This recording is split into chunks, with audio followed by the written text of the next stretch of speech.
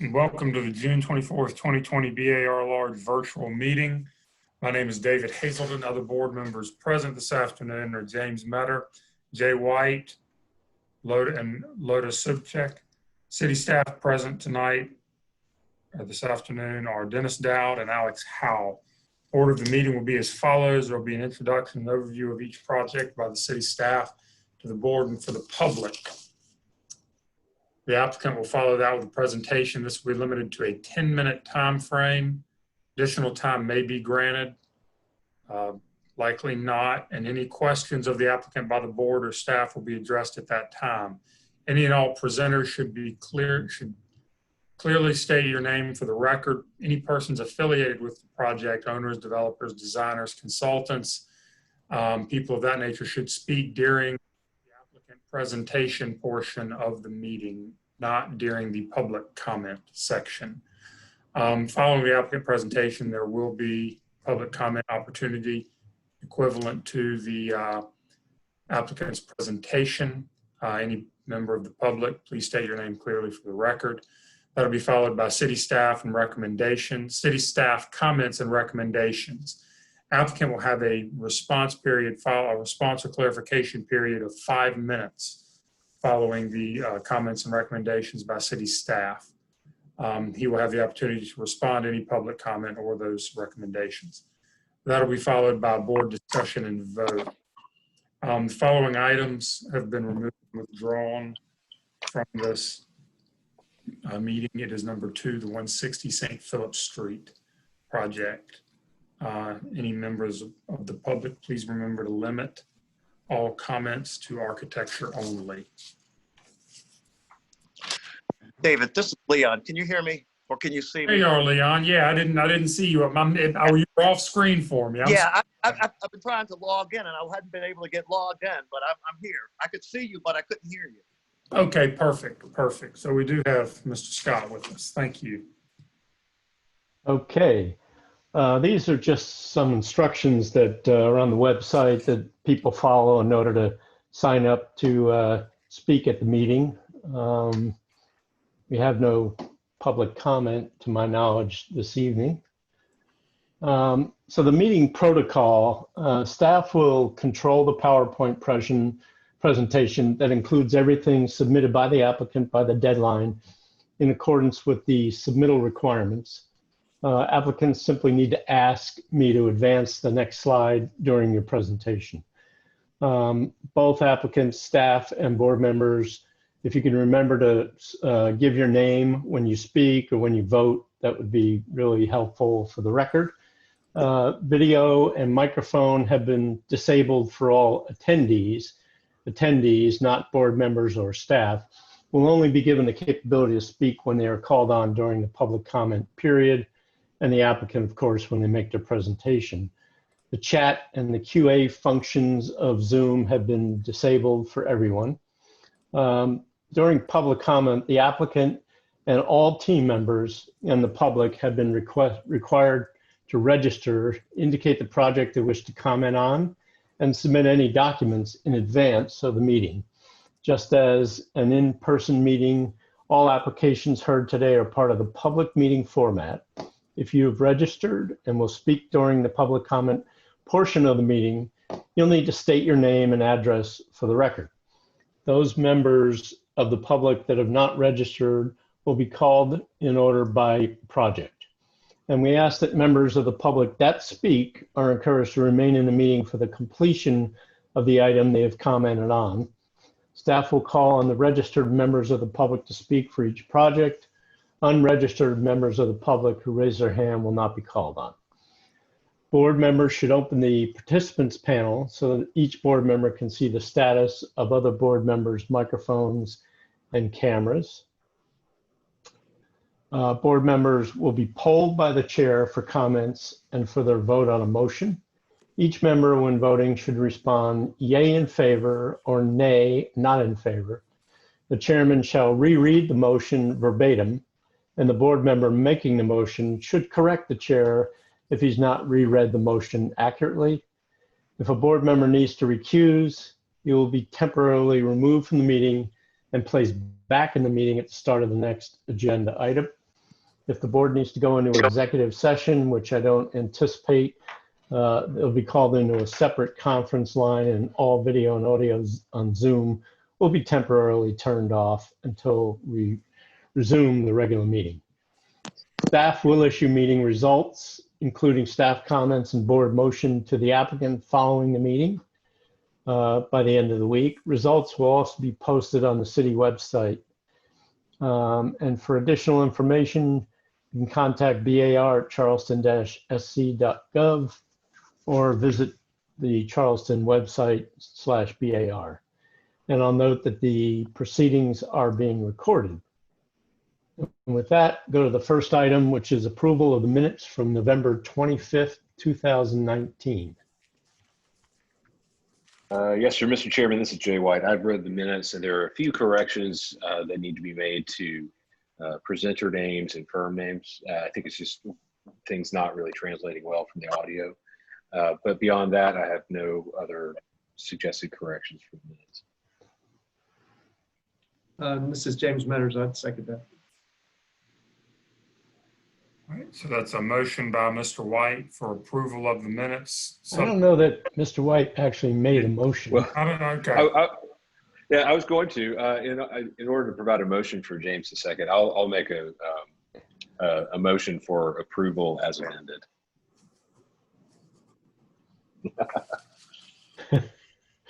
And I assume, Mr. Meadows, you are still seconding that motion.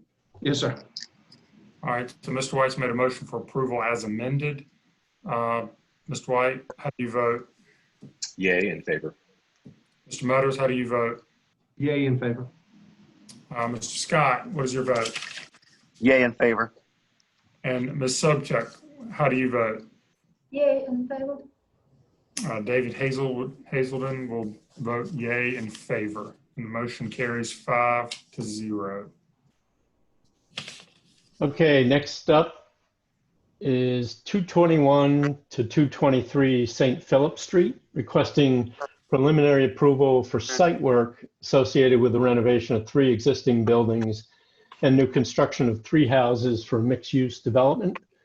The existing buildings are category 4 in Canterbury, Elliott Barrow, circa 1902 to 1944 for 221 St. Philip, and 1852 to 1872 for 223 St. Philip, both in the old city district.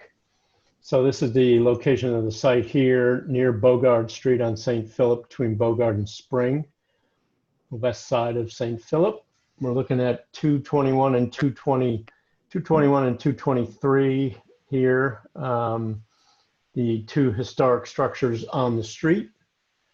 Another view of those 2 structures. And then looking south on St. Philip Street and looking north on St. Philip, the buildings on your left, slightly out of the picture. And then looking from Bogard Street, can't see much from there at this time. These are the Sanborn maps that tell us that the one building at 221 or 223 rather shows up on the 1888 Sanborn, so it's prior to that. And then the 1902 Sanborn shows it as well. And then in 44, the other building at 221 shows up for the first time. So it's sometime between 1928 and 1944. These are the survey cards for both buildings. And the previous motion was for the overall project was conceptual approval with conditions noted February 12th of this year. 3 board comments. One board member said, the board has dealt a lot with this issue of subordination. It was not intended to apply to large scale developments, just to supersizing dependencies. We do have discretion. Site plan designed for minimal visibility. Not a lot is visible. Height of the masonry building is an issue. Some of the precedent developments are overly stylized and should be dialed back. Visibility is a big factor. Half-story reductions will not help. And high style not appropriate for this area. Building heights, however, are fine. Second board member said the masonry building overpowers other historic buildings. The step gable does not make much sense to close that close to the historic structure. And the detailing is overly ornate and doesn't work with each other, the iron porch and the barrel-shaped dormers.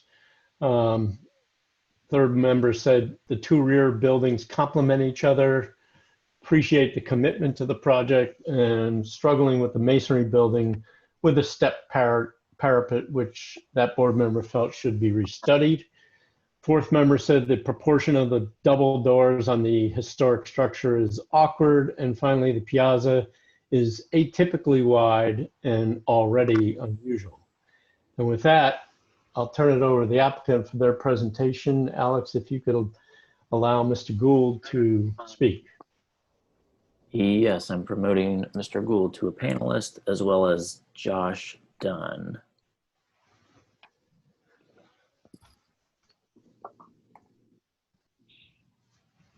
And you can both unmute yourselves and turn on your video if you have it. Hello, this is Andrew Gould here. Can you hear me? Yes. Yes, we can, Andrew. Yes. Okay, thank you. And, All right. and Josh Dunn as well. Okay. Let me know when you want me to advance the slides, Andrew, and I'll do that. And I only see 3 of the board members on here. Are the rest on there? They're on, yeah. All right. My understanding is that all 7 items on this agenda are this same project. And so what Dennis asked me to do is to kind of split them up such that I've got the overall site plan and overall general views of the project at the beginning, followed by the landscape architecture sheets. So what I'm going to do for this first item is I'm going to give you an overview of the project, then turn it over to the landscape architect to describe his work in detail. And then you all can vote upon the landscape design specifically. Then we'll go through the buildings one by one.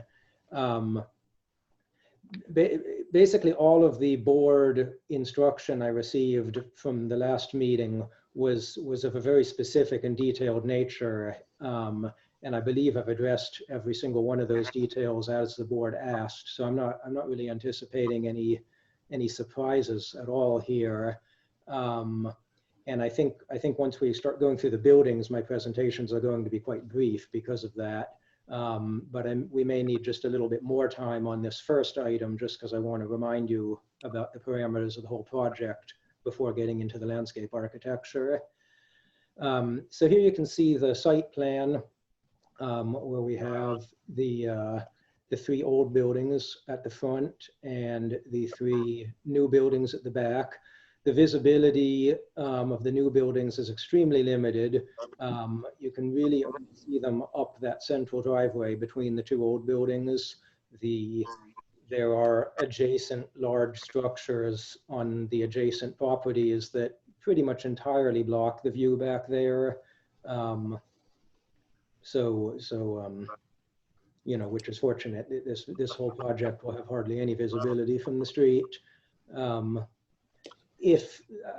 explained all of this in a lot more at the last board meeting when we discussed this. If any of you board members, you know, would like me to get into more detail about any of this general overview, please feel free to let me know. Otherwise, I'll move through this fairly quickly because I suspect you all remember this project.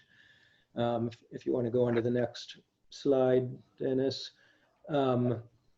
So here we can see the proposed view of the 2 restored houses at the front, and you can see the proposed new houses rising up a little bit higher in the background, and the site sections that go through this site longitudinally.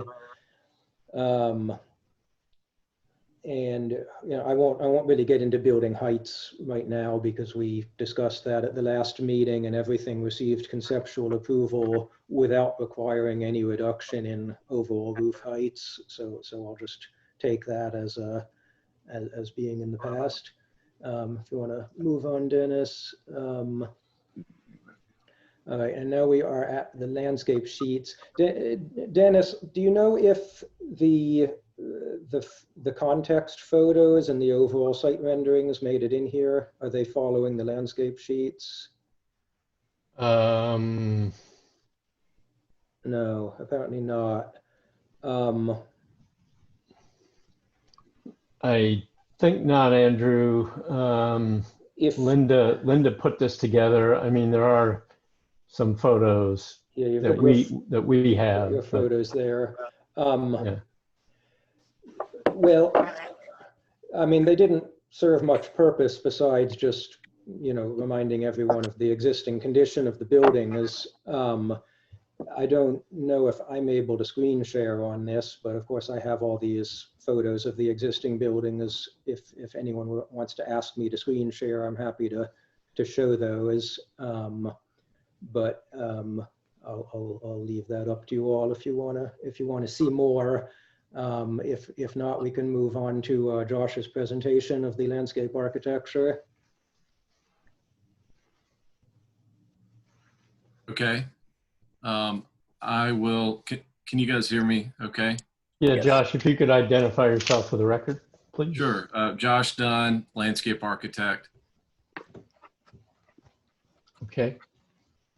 And I will just walk through and I'll try to hit the key points. And if anyone has any questions, obviously at the end, can try to answer those. So this would be the layout sheet that shows hardscape and general site configuration. Just to refresh everyone from last time, we're proposing a driveway in from St. Philip that leads to a courtyard space in front of the carriage house. That would all be one material, and then to a garden space in the rear, which would be a poured in place decorative concrete type material.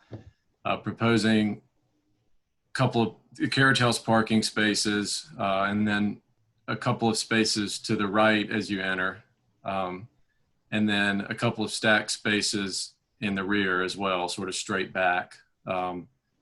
So that's the parking. Let's see, garden in the rear with a water feature against the rear left. There's an existing wall there, a specimen tree planter there in the center of the garden. I'm trying to stay general here. I'll talk more about the details on the next sheet, but the you can see a brick entry space between the first two buildings there. And then across from there, we're showing just a paving material to lead to the space between the front two left buildings. That would probably be the same material there, would carry under that space, I guess to the left of the front left building, the covered ground level space. Let's see, I think I've hit the key points. That there's an existing wall in between the rear two buildings. There's an existing wall that we'd like to keep and refinish, take advantage of it being there. Further up and to the right between that's right. Yeah, so that wall seems to be in pretty good shape. We'd like to just improve the finish and keep that. Same for the wall that's behind the proposed water feature. It would keep that up. That shows just beyond the property line actually anyway. So I think we can skip to the next sheet and we can quickly skip to the next one. This is just an overall grading with some spot elevations, but we'll go ahead and jump to the landscape. Actually, is the rendering the next page? It might read just as well. Sure, I'll do this one if that's okay. So material wise, we are proposing, it's labeled on the previous sheet for reference, but I'll just speak to this sheet. We're proposing a brick paver material for the driveway and courtyard, all one material, running bond pattern, all over a pervious base, and have not selected exactly what brick that would be, but it would be a brick or a brick type paver. Brick in the garden space to the rear of the front right building would also be a brick material. I think I called that out as a Old Carolina brick. I think it'd be nice if that were a different material than the driveway and the courtyard. So that would be the intent there, for that little entry space, and little entry garden space. I'm just going to sort of move back through the site.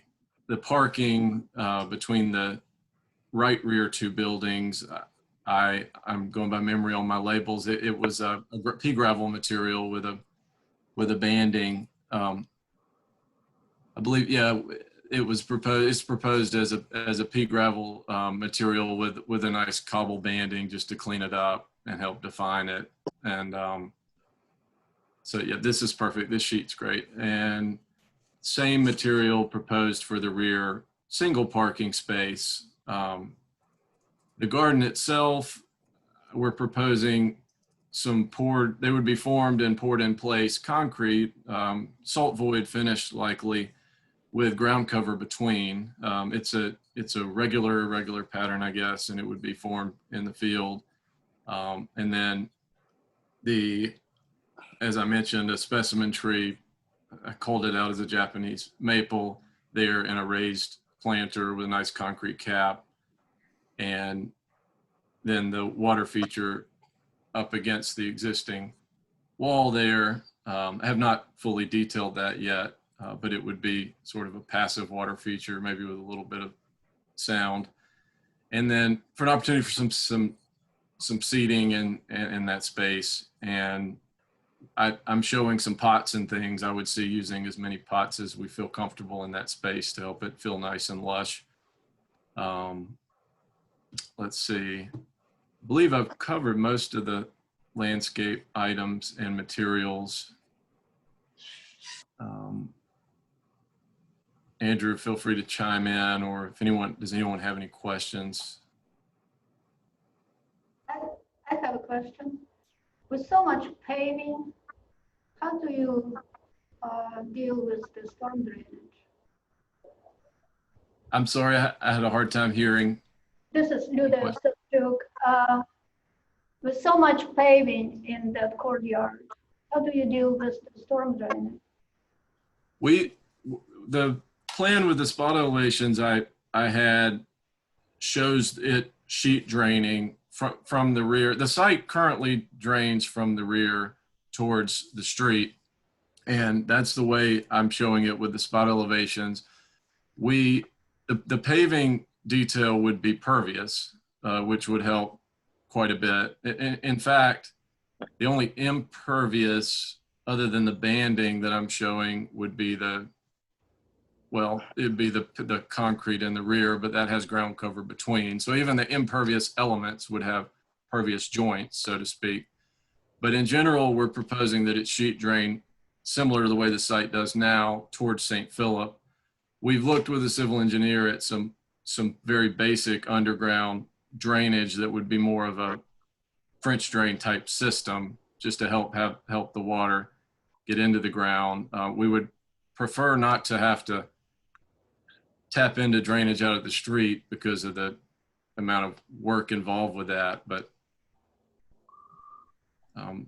You've been to TRC, right, Josh? Andrew may have to comment on that. No, this project was not required to go to TRC. Lee made that determination. Okay. We have voluntarily hired EarthSource as the civil engineer. The city is not requiring a civil engineer, but just to make sure that all of our utility taps and so forth are in good order, and that we're not creating any drainage hazards for the neighbors.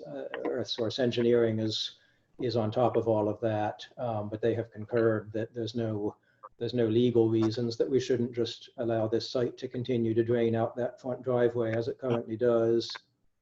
Right. So Right. yeah, Andrew, you have met with Kinsey Halton? At engineering. Yeah, stormwater. I don't honestly know. Giles with Earthsource, I think, has been communicating with her, but I've not been involved in that. Okay. I believe we received from Giles, I remember some correspondence, some favorable soil conditions for infiltration in general. I recall that from the correspondence. But like Andrew said, Giles would have some additional information on that. Josh, this is Leon Scott. Can you hear me? Yes. Okay. Yes. Just a quick question. I like the driveway. Okay, so, but just some clarity. Okay, so as you enter the driveway, that's a rust or tan as you come. Yeah, as you come down the driveway, and then it transitions into like a lighter color. I think you refer to it something like Old Carolina brick, and then you refer or concrete, or so is that area at the end of the driveway right there. Come back a little bit, that where the stone is right there. Yeah, what is that? Is that concrete, or is that the what you refer to as the Old Carolina? That would be the decorative concrete, a salt void finish or a tabby type concrete. Okay. Okay. It would read like pavers aesthetically, but they're larger, than pavers that can be bought pre-manufactured. So it would be formed in the field, and the green in between would be like a Dorfmondo type ground cover. So it would feel nice and organic. Good. Well. Okay. Great. That's it. Thank you.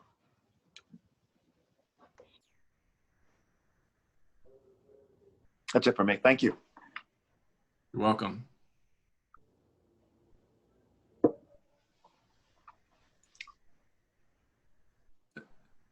I'm not sure about the protocol. May I make one more comment?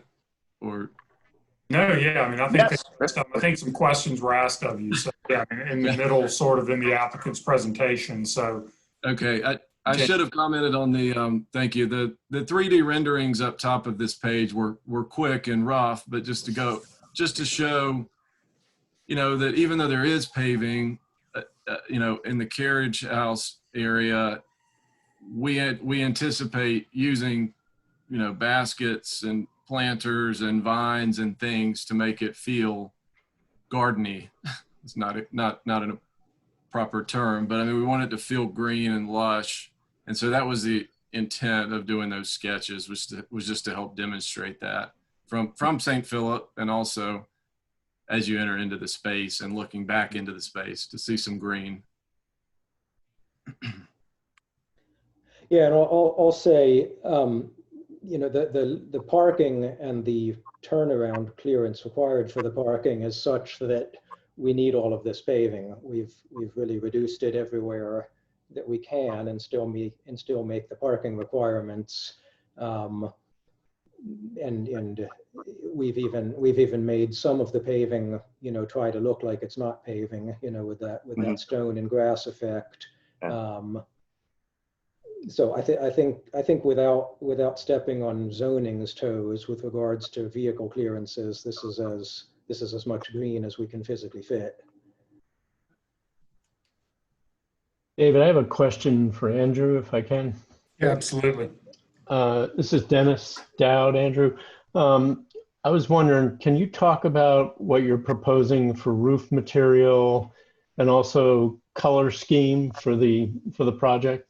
For the development, especially the historic houses? Yeah, well, the historic houses would have metal roofs. What kind of metal? Well, it's different for each one. So the 221A, the big building on the left, presently basically has a flat roof.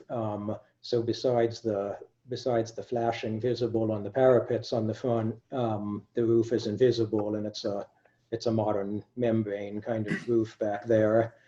And that roof actually was replaced in somewhat recent years. It's still in serviceable condition.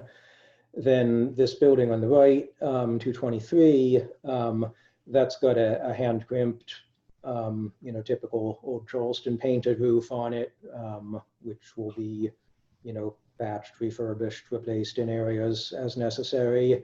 And then the small old building in the back, that's got a 5V crimp roof on it that is completely rusted through and will need to be replaced in kind. The three new, of the new buildings, the masonry building would have a hand crimped metal roof, and the two wooden houses at the back would have asphalt shingles. So when you say metal, are you talking aluminum, copper? What do you think? So the masonry building, the one with the cars parked under it, that would have, I would anticipate a factory finish galvalume, hand crimped with hemmed seams, like we've been doing on a lot of new buildings lately. The design of that building with the dormers does not lend itself to really to any more modern roofing type. It doesn't lend itself to a snap together or a 5V. It wouldn't look very good in asphalt shingles. So that's the one new building where we're going to kind of splurge and do a hand crimped metal roof just because the style calls for it. Are these shingle? Yeah, those would be shingle. Mm-hmm. Okay. And presuming this is turned metal, how do you deal with patching, as you said? Well, if the roof is generally in serviceable condition, any little spots that have rusted through can have fabric glued over them and a seal-a-flex kind of system to patch them. Or if there's a large segment of the roof that is deteriorated, that can be tied into another segment of the roof that's not deteriorated. I mean, we've had this done on old buildings for years and years. I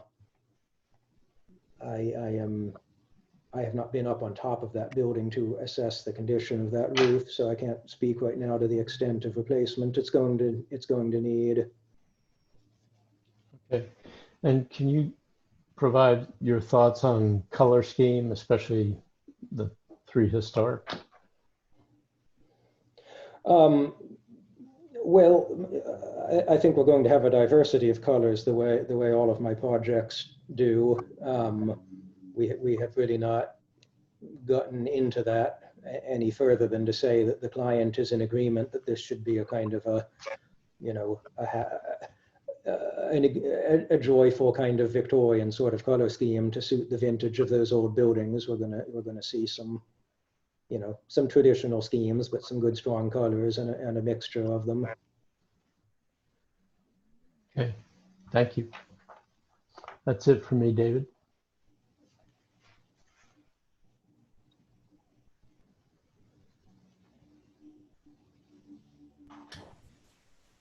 David, you're Sorry muted. about that. I had myself muted. Any other questions of the board or from the board? Well, let me ask a question this is James, to Dennis. I think I know the answer, but when a application for preliminary approval comes through, is there an expectation that we would have material samples or would have seen material samples and not wait till mock-up time, or have a presentation of overall color palette or details for the HVA screening or other things at this point? As far as material samples are concerned, the only thing we look for, James, for material samples is for unusual materials. If it's standard materials that we see throughout the city on historic structures, we don't ask usually for that. We would like to know, that's why I asked the question, what the roof material is going to be. Yeah. And we would actually expect a color scheme, especially if we're talking about a Victorian scheme of multiple colors. We would normally want to see that at preliminary. It's difficult in this virtual time to do what we used to do in person, where people could bring in material boards. Yeah. But it's not impossible, I think, to represent what the color scheme would be for a project like this with multiple buildings, potential for multiple colors. But I think that that could be looked at, in a mock-up, if Andrew can convey, that at that time, and adjustments could be made if the board felt that needed to happen at that time. Well, so what I guess I wanted to take this opportunity, and I think I touched on it at our last meeting, to request that at this preliminary level that we have, even if it's just color swatches, that could be part of the applicant's package when they submit it. Yeah. So we're still following the same guidelines, and you can't do it the same way, but you could do it in a different way, and we can have an idea of an overall color palette. Okay, well, That's it. we'll ensure to do that going forward. Yeah. Thank you. You're welcome. Any other questions? Any other board member? Hearing none, it's my understanding there is no public comment on any of these projects, so I'll turn to Mr. Dowd for staff comment and recommendations. Okay, well, as stated the last time, this proposal is positive in undertaking the renovations to the historic structure and in the quality of materials and construction. Additional green space we feel still needs to be provided, especially at the historic structures, and paving reduced somewhat. Although good quality paving materials, the site is essentially entirely paved with some edge planting or planting on building faces. More parking spaces than required by zoning contribute to this condition. General to all buildings, material samples have not been provided, although most are not unusual materials and can be reviewed at the time of mock-up review. The overall color palette for the development has also not been provided. Provide this for final review by staff, and it can be evaluated by the board at mock-up review, as I mentioned, and then provide details of HVAC screening. Corral as much as possible and screen HVAC units. And I'm mainly talking about these two units back here. Coordinate drawings SP 1.0 and L1. They're showing two different things at this point. And I think the landscape drawing shows what is preferred. We just need the screening details. So we're recommending preliminary approval with staff conditions noted and final review by staff. Thank you, Mr. Dowd. You're welcome. Mr. Gould, applicant has a limited response or clarification for any of the city staff comments and recommendations. Do you need any of the time? Sure. So we do not actually have more parking than zoning requires. We have exactly the parking zoning requires. That's so. What happened here is zoning would have required even more parking spaces, too many for the project to work, and we went to the Board of Zoning Appeals and were able to get a complete parking variance for the existing 221 building. So the commercial space and the upstairs residents in that building have their parking requirement entirely waived. But that still leaves us with 5 single-family houses requiring their parking. Yeah, I stand corrected, Okay. Andrew. All right. So we've done, all I can say is we've done our best to put the parking in discrete places and not make the site look like a parking lot. I wish we could get rid of more cars, but this was the best we could do. And, I'm honestly not sure what we can do with green space, besides these little narrow planters along the edges of buildings. and things like window boxes and porch baskets, which this is a short-term rental compound, and it's going to be a very high-end one. So you can be confident that this is going to be, gussied up with every possible, pretty feature. But I'm afraid the paving is just kind of a zoning-driven reality. I will take the opportunity to address mock-ups right now. I was not anticipating this project requiring mock-up panels. Other projects that we've done, even through the large board like this, where we're just building single-family houses, have not been required to have mock-up panels. This is all just, block and stucco and wood siding construction. There's nothing irregular about it or different from everything we've done in the past. So maybe we can have that discussion in a little more detail as we get into the new buildings one by one. But I just wanted to say that right now. I don't really anticipate what function mock-up panels would have on this project. Thank you. Thank you. Any discussion from the board? This is Jay White. I think this project has developed nicely. I appreciate the attention to detail that the application indicates, and I agree with staff's recommendation. Striking staff comment number 2, which was regarding the number of parking spaces. This is Luda Sobchuk. I will second that. Well, actually, I was just saying what I would make a motion for, and yet Motion. Yeah. That keeps happening. I feel like this is happening a lot. So, David, this is James. Yes, sir. I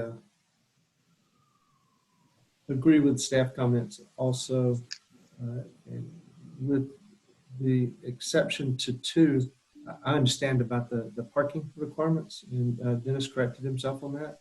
But I do agree it's a very hot site, and I know that there's the appearance of some additional vertical vegetation to soften all this. But if there was a way to get some, and it will be difficult, but a way to get some additional green on the horizontal portion of the site, I think that would be better. But I agree with Jay's comments. Thank you. I'm also in agreement. This is Leon Scott. I'm also in agreement with staff comments as well as Jay's comments. Okay, I'll introduce a motion unless somebody else wanted to speak. No. All right. Well, this is Jay. I'll introduce a motion for preliminary approval with staff comments accepting number 2, and with board comments regarding extent of landscaping, and final review by staff. Jay, can I ask you to address, or ask the board to address the issue of the mock-up? Well, that's pertinent. Especially given the color issue, I guess.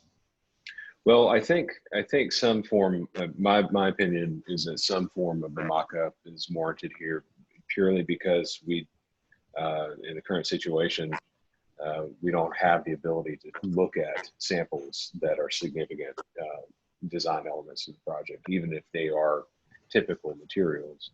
And here the colors are of particular importance. I think that if during final review by staff, that staff could feel comfortable with the color palette as proposed, then if there's no unusual materials or detailing that would normally require a mock-up, then I would be okay foregoing that in this case. But we do need to make sure that any unusual materials and all the exterior colors are vetted during final review by staff. I would remind you, though, that when we look up mock-ups, we look at it for materials and for workmanship, quality workmanship. So, So I'd make a comment, Dennis, to follow up my comments during my conversation with you earlier. I I think that we should have a mock-up. I think that you could work with the applicant on what that mock-up is, but I think a mock-up is important, especially because we don't have access to the same materials or presentations through this virtual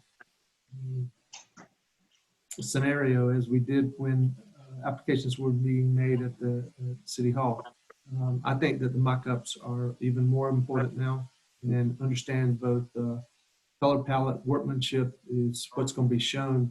It could be on a project like this, the mock-up. It takes a nature that maybe you and Andrew can discuss that would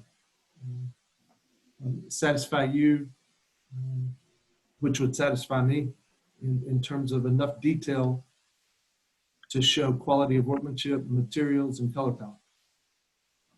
I agree with the workmanship issue. I mean, we see a lot of the same materials on a lot of the same buildings and mock-up panels. And, you know, when we go out and view what has been mocked up, a lot of times the workmanship of corners or joints or things like that is the issues that we have with a lot of the mock-up panels. So I think it's warranted just for that, you know, the workmanship alone. It needs to be seen so we know, you know, how they plan to put the materials on the buildings, how they plan to build it, and so the contractors and subcontractors will know what's expected of them. So I guess, David, I'd like to make one more comment. I feel like it's important for us to maintain our commitment to mock-up on projects that come in front of the BAR large. And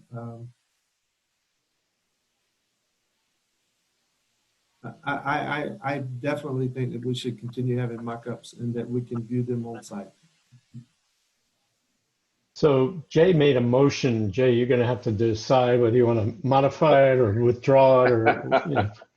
Well, I'd like to amend the motion by adding board comments regarding the need for mock-up panels. Are you speaking of the landscaping or the buildings at this time? It would be according to the submittal requirements for mock-ups, which is both vertical construction and hardscape materials. So, Jay, so this is David Hazelton. So I can make sure that we're clear on your motion. It was for preliminary approval with staff comments accepting comment number 2, board comments relating to additional vegetation and with regard to mock-up panels with final review by staff. That's correct. Is there a second? This is Leon Scott. I'll second. Right. Thank you. Mr. Matt, how do you vote?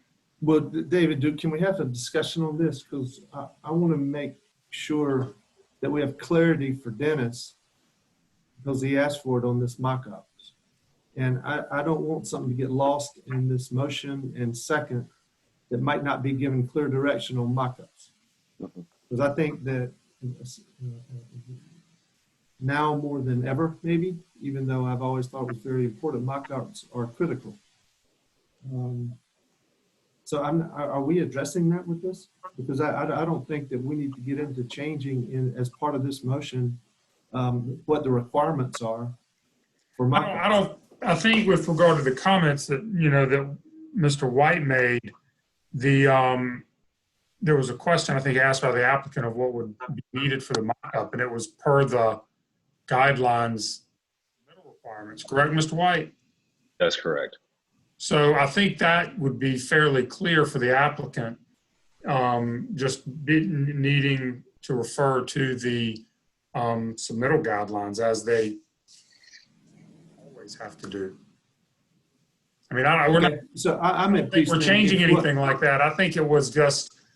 I think we were asked whether or not by the applicant a submittal or a mock-up panel would be needed. I think the board was in agreement that there would be a mock-up panel needed, and you know it was made clear to the applicant that that mock-up panel will be required per the submittal requirements. And Okay, great. I'm good then. I'm good.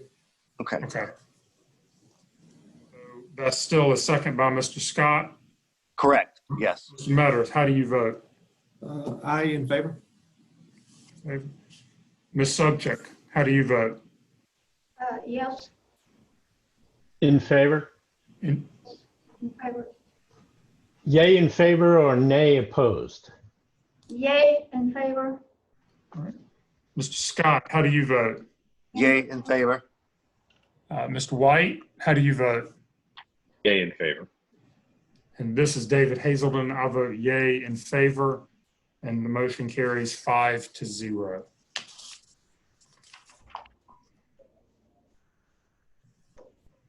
Okay, next up is 221 A and B St. Philip Street, requesting preliminary approval for renovation of an existing building for mixed-use development. It's a Category 4 building, Canterbury, Elliott Barrow, circa 1902 to 1944 in the Old City District.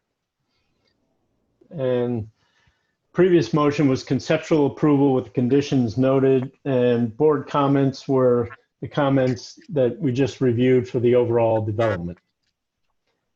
And I'm getting some feedback from somebody's mic. I'm not sure who that is, but we'll keep going here. I will turn it over to Mr. Gould again for his presentation. Alex, if you could make sure that he's unmuted.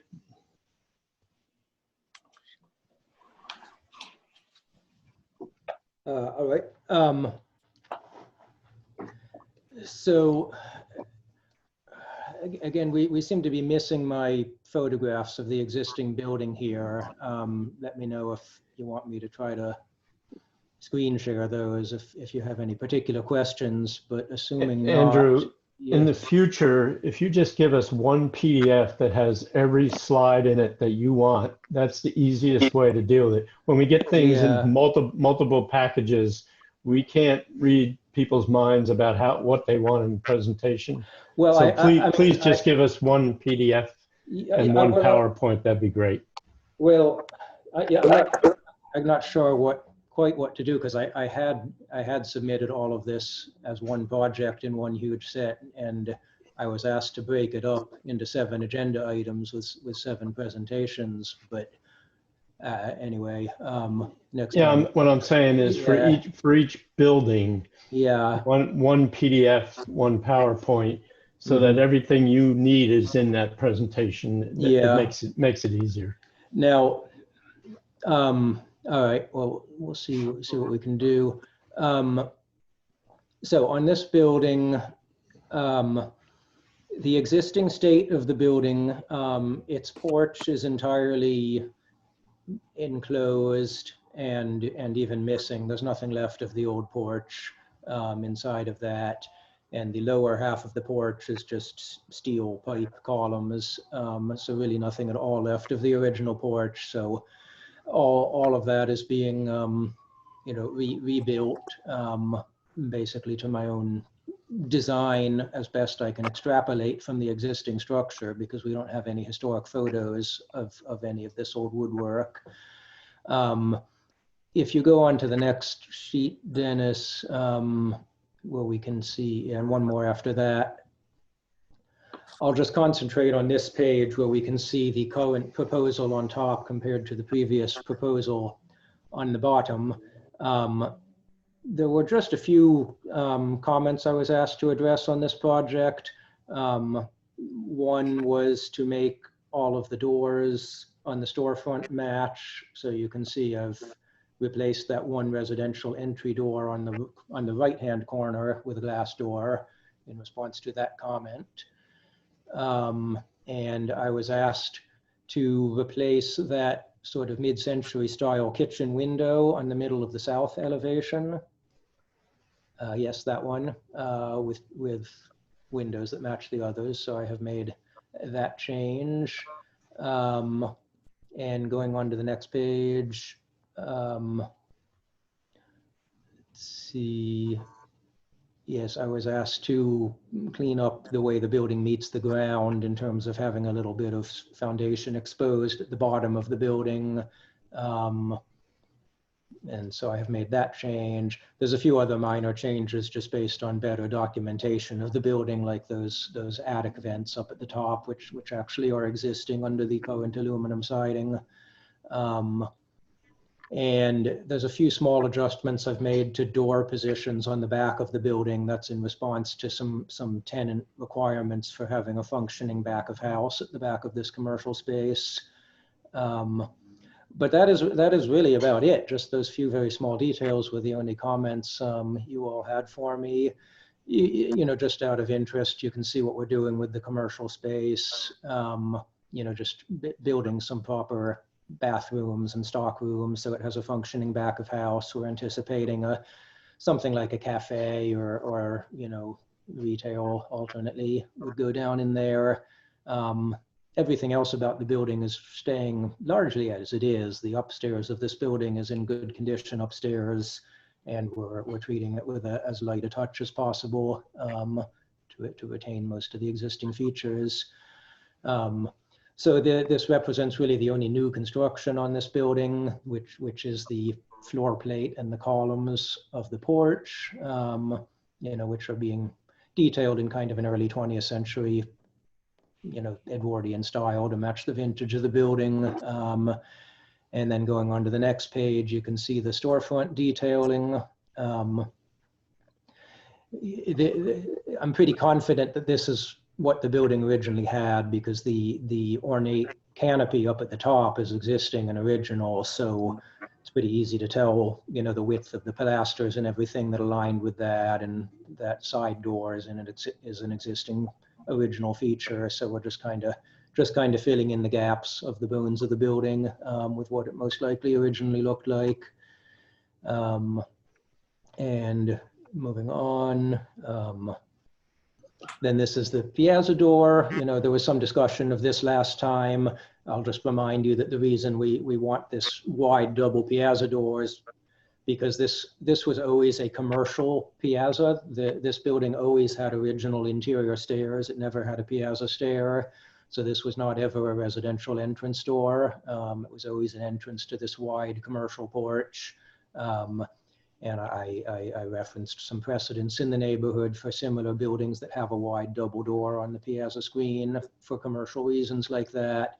It'll allow the tenant to open those doors wide open to cafe seating back there, which will be quite nice.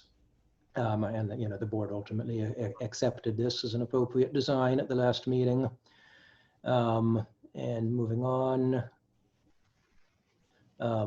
they're just details of the back canopy and the windows, all traditional details. I do believe that this building is going to require all of the wood siding to be new material, because I believe none of it exists. The building is completely covered with aluminum siding at this time, and under the aluminum siding is asphalt shingles imprinted with a faux brick veneer pattern, and those asphalt shingles are right on the sheathing. And everywhere on the building I've looked, that seems to be the condition. So I believe that because some owner decades ago wanted the building to appear to be a brick veneer building and put that faux brick veneer asphalt on, they removed all of the siding in order to have a flat surface on which to apply those asphalt shingles. The trim is there, you know, cornice trim, window trim, that's all there and in good shape. But I do anticipate we're going to find that there's no original siding on the building, and that will all have to, you know, be put on in the form of new wood siding. So I think I'll stop there unless anyone has any questions. Any questions of the applicant from the board? I have one, Mr. David. Dowd? Sure. Andrew, have you pursued an encroachment permit for the continuous granite step? We have not. I think I can make a compelling case that building had such a step, because of the existing position of the storefront and floor level. Yeah. I think it kind of had to have had one if you anticipate that the city is going to require us to have a permit. I'd appreciate your assistance in understanding how to seek one.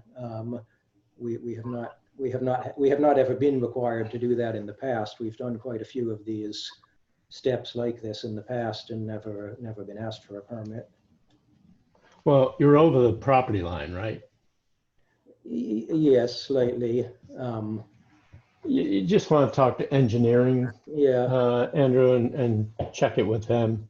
Okay. So you don't, I'm sure it's not going to be a problem, but you just need to talk to them. Sure. Okay. That's it for me, David. Thank you, Dennis. Any other questions from anybody? Some are on mute. So. With there being no public comment, we'll move on to city staff comments and recommendations. Okay, well, Andrew touched on most of these things, but wood siding, if it exists below the aluminum siding, should be retained and restored. But we'll need to review that in the field. Preservation staff will need to review that in the field. The goal is obviously to retain as much existing historic siding, trim, windows, doors, et cetera, as possible. The doors on the street now match, as he pointed out. That's good. I talked about the encroachment permit and reduce light fixtures on the front facade to one fixture. And the piazza light would be best as a sconce rather than a pendant fixture, which is more typical of Charleston. And as is typical for all these buildings, the details are elegant and high quality. So we're recommending preliminary approval with staff conditions noted and final review by staff. Thank you, Mr. Dowd. You're welcome. Any response or clarification necessary related to the city's comments? Sure.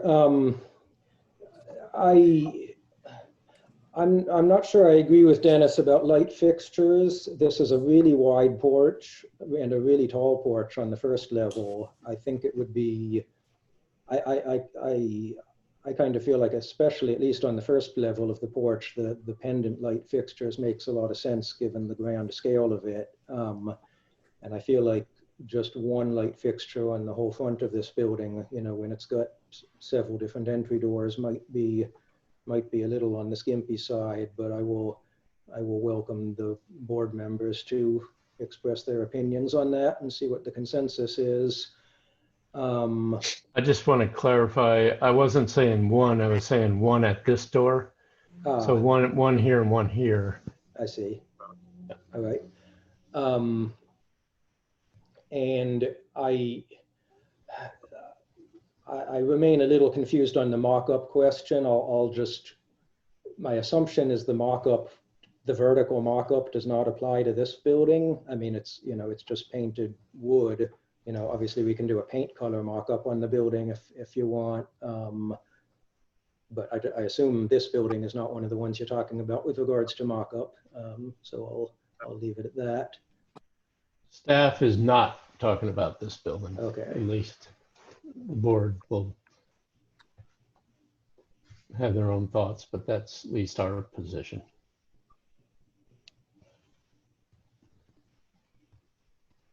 Thank you. This is board discussion. I agree with staff's comment and recommendation. I agree with staff's comments and recommendation. Want to make sure there's accountability for the paint colors in some form. But, I agree also. I You also want a motion? Well, is there any comment by the board? What was that, David? We lost you. No, I was asking if there was any other comment from any Oh, board member. Not from me. no. That was I agree as well. okay. You were hard to hear, but I believe there was no comment from you, Ms. Sobchak. Is that correct? That's correct. No comment. Is it better? Yeah. Yes. Yes. Thank you very much.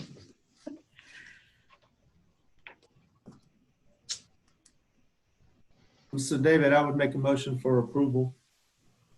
Preliminary with approval. Staff. Make a motion for preliminary approval to incorporate the comments from staff. And James, is that final review by staff? And final review by staff. Thank you, Ms. Meadows. That was a motion for preliminary approval incorporating staff comments and conditions noted and final review by staff. I will second that. That's Judah Sobchuk, second. All right, Mr. Scott, how do you vote? Yay in favor. Mr. White, how do you vote? Yay in favor. Okay, Ms. Sobchak, how do you vote? Yay in favor. Mr. Meadows, how do you vote? Yay in favor. This is David Hazelden, and I vote yay in favor, and the motion carries 5-0.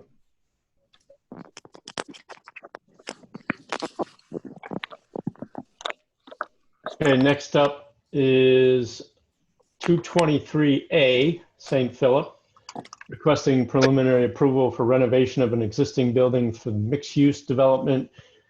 Again, Category 4 in Kenneborough, Elliott Borough, circa 1852 to 1872 in the old city district. Previous motion was conceptual approval with conditions noted in February of this year, and the comments for the overall development were pertinent. And with that, again, I will turn it over to Mr. Gould. Alex, if you could unmute Mr. Gould. If he's not already. I think, can you hear me? Yes. All right. So looking at this drawing, Mr. Gould, I would ask you to speak up a little. All right. So looking at this drawing, you can see the proposed compared to the existing condition of the building. The building presently is in pretty poor shape. It's almost entirely gutted on the inside. The porch is mangled almost beyond recognition. There's just a couple of original columns that are up there on the front corner. Other than that, the porch is gone. And the storefront has been replaced with concrete block. And the siding is likewise all gone. Maybe Dennis, it would be useful if you go back a couple of slides to that historic photograph. Yes, so this picture here kind of represents an in-between condition as the building looked in 1985. And you can see that this building, like the other one, had been completely covered with asphalt shingles. That's what you're seeing in that picture, is all of the wood siding had been taken off and it had been veneered in asphalt shingles that in this case had sort of a faux big block of stone, sort of faux ashlar masonry look to it on the upstairs. The downstairs is painted concrete block. But at least at that time, the building did have more of its original trim in place. You can see up at the top, it's got an interesting fretwork gable ornament. It sort of looks like an upside down menorah. And it's got a nice wooden gable vent, and it has shutters, and the porch woodwork is in better condition in that picture. So moving back on to my drawing is, so subsequent to 1985, that asphalt shingle was taken off and replaced with a sort of a faux, pressed sawdust kind of siding material, which is what's currently on the building. And of course, that's all rotting. So again, we anticipate all of the siding comes off of this, that there's no original siding on it. All new wood siding will be put on. And we will remove the concrete block storefront, rebuild it traditionally in wood, based off of the existing ornate canopy up above. And then up on the upper story, we've reconstructed some detailing based on that 1985 photograph. You can see the gable ornament and the shutters and the little moldings above the window is all reconstructed from that photograph. And the new porch columns will be custom turned to match the two original porch columns that still remain on the building. So moving on to the next sheets, not much to say about that side. You can see on the next sheet the current versus previous. There you are.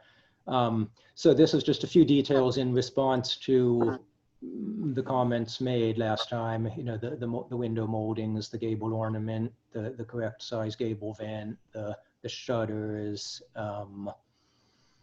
There's a few other proportional changes you see there, which actually just represent a better set of measurements of the existing conditions of the building, not an actual intention of changing the proportions of anything from how they now are.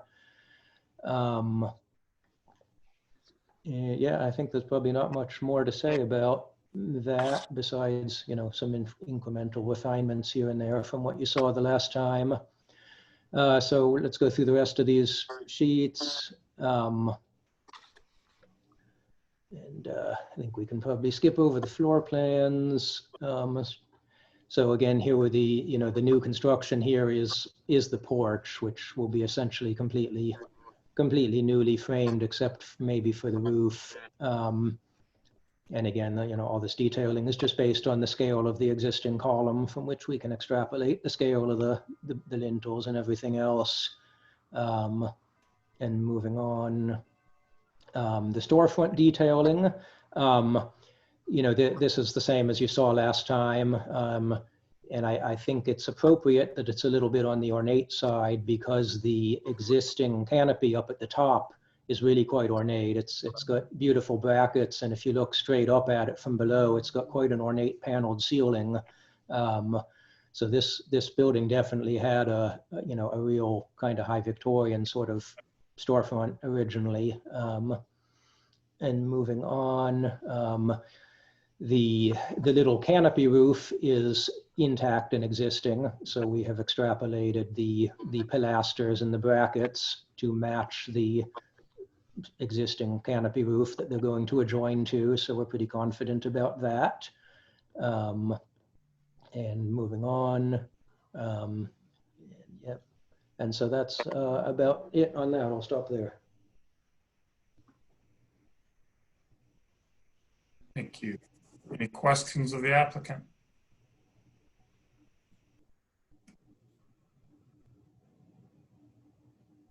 Andrew has underneath your first floor porch, after you walk through the door, if you have your framing for your porch deck, is that fill that's underneath the porch? Is that backfill? Is that concrete? Is that going to be excavated? How much space do you have between your joists and the dirt there? Well, not very much space, as you can see there. And so, because that's basically the grade of the street. So like, you know, like if you go back up to the elevation view,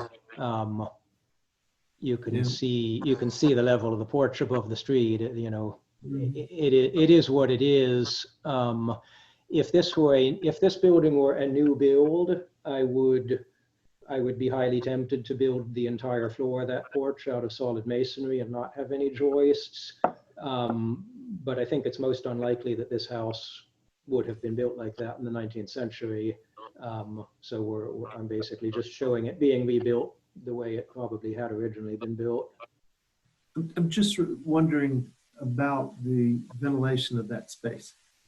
And is the ventilation of that space going to show itself somewhere as you're going down the driveway, or maybe it does show and it's just open? Well, it is. I do just have it open in the elevations because it's just a few inches of clearance there. Yeah, there's not room for louvers or anything like that. So okay, so that's just open where Dennis has got it. Okay, yeah, all right, I got it. I see. Thank you.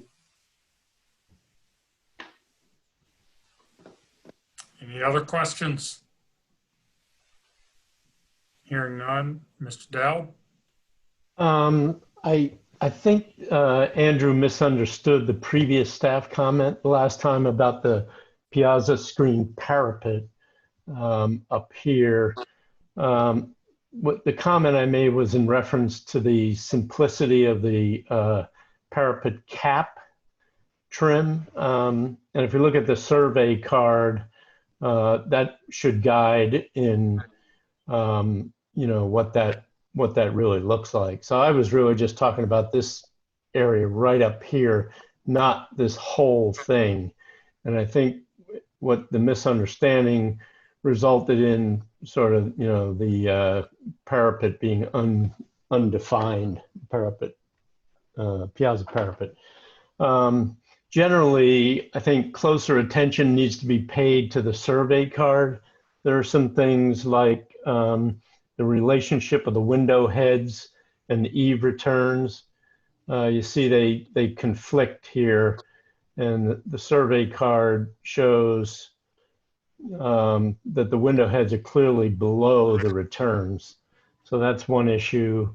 The gable bracket detail, this decorative detail here, a little bit different in the survey card than what is drawn here. So that's something to look at. The piazza screen parapet I talked about, that, you know, consult the survey card for that. The piazza screen hood location and the form.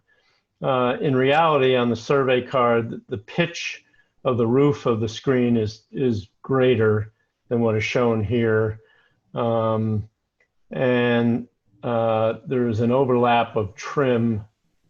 Again, you see how the piazza screen, piazza hood, screen hood sort of, you know, overlaps the porch trim, but there's also more porch trim here than is shown on the drawings.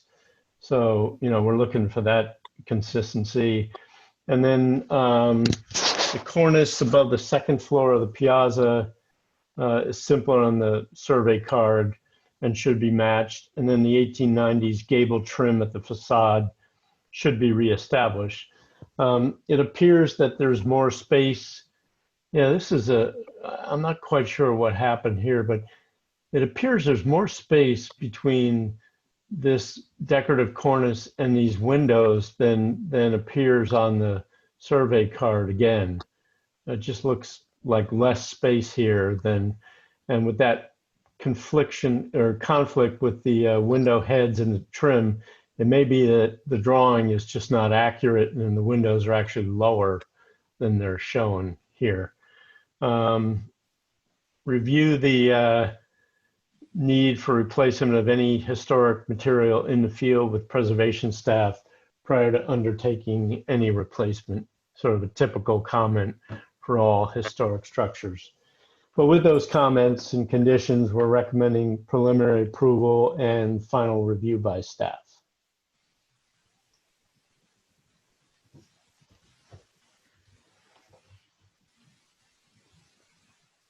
Thank you, Mr. Dowd. Mr. Gould, any clarification of any issue necessary?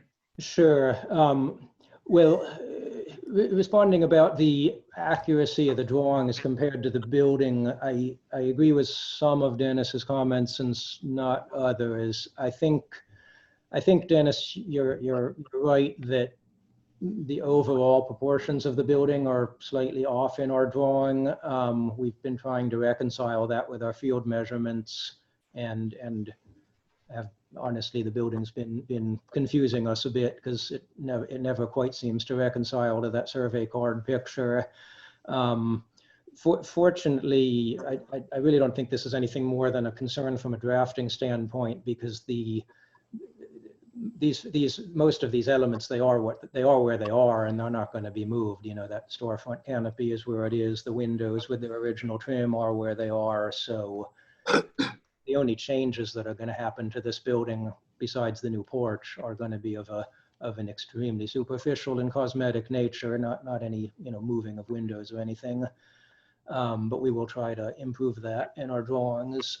I think I think what you're seeing up at the top with the confliction of the windows with the eave returns, I think we do actually have that drawn right, because you see the element of the eave returns that the window hoods are conflicting with is not the crown mold, but the frieze board, that's underneath the projecting eave return cornice.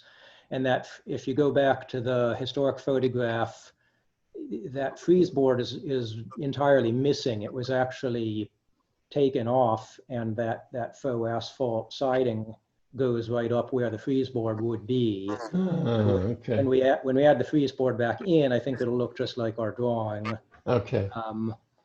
And I thought we had drawn that gable ornament right. Maybe we got it a touch too large. I'll look at that again. And yeah, the other things you mentioned, we will look at that. Oh yeah, let me talk about the porch cornice. The 1985 photograph really shows something that's sort of in between my current and previous version. You can see my previous version, I had a full cornice, bed mold, soffit, fascia, crown mold, the whole thing, returning around the front of the parapet in a sort of high classical manner. But if you go and look at the 1985 picture, that's not the case. The projecting cornice with the soffit and gutter just stops at the corner. And then the only thing that returns appears to just be a piece of roof flashing. There's not really any moldings there as far as I can see in the photograph. I kind of suspect what you're seeing there is at some point the roof was redone with the roofing metal going all the way through to the front of the parapet, and a new parapet built on top of the roofing metal to try to make a more watertight condition.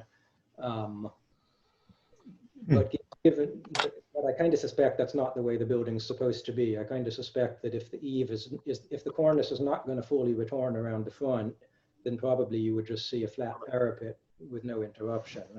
So that's why I redrew it that way.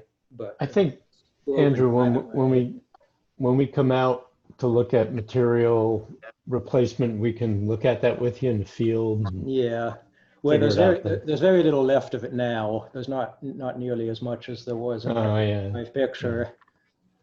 True. Yeah. All right, but I won't belabor these details any further. Thank you. Any comment by the board?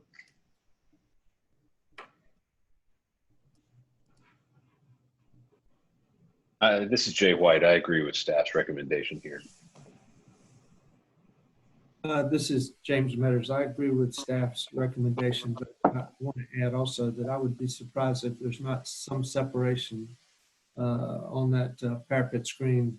What Andrew was discussing, a small piece of flashing coming out there. I do believe there would have been something, some extension there that may have been modified even prior to that photograph. But if some of that original framing is still there, maybe nail patterns or other things will show it, as Dennis was talking about, when they come and look at it with you in the field. But I had that comment. Otherwise, I agree with staff. This is Leon Scott. I also am in agreement with staff recommendation. Yuda Sobchuk, I'm in agreement as well with staff recommendations.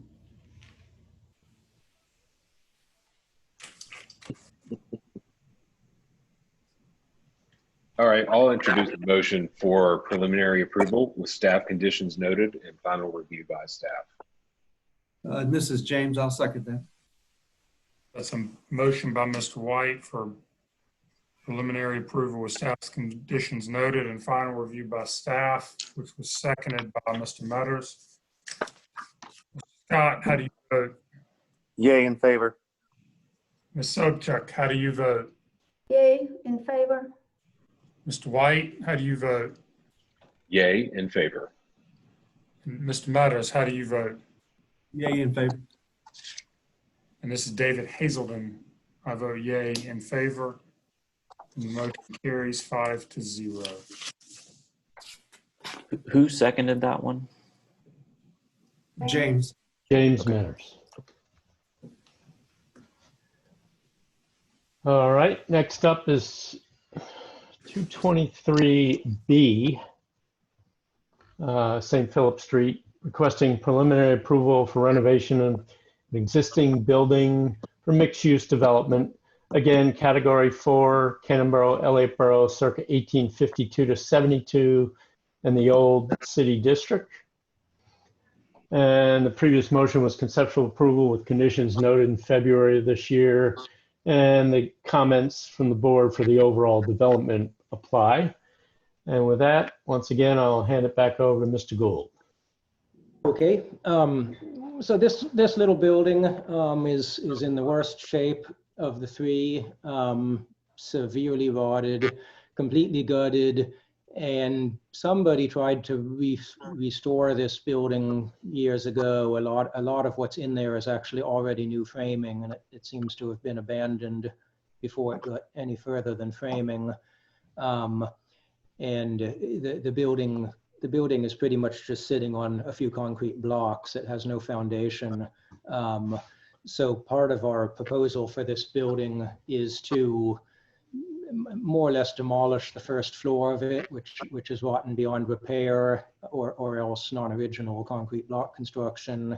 Lift up the second floor a little bit higher, build a raised slab foundation under this house, and then reframe first floor walls underneath it.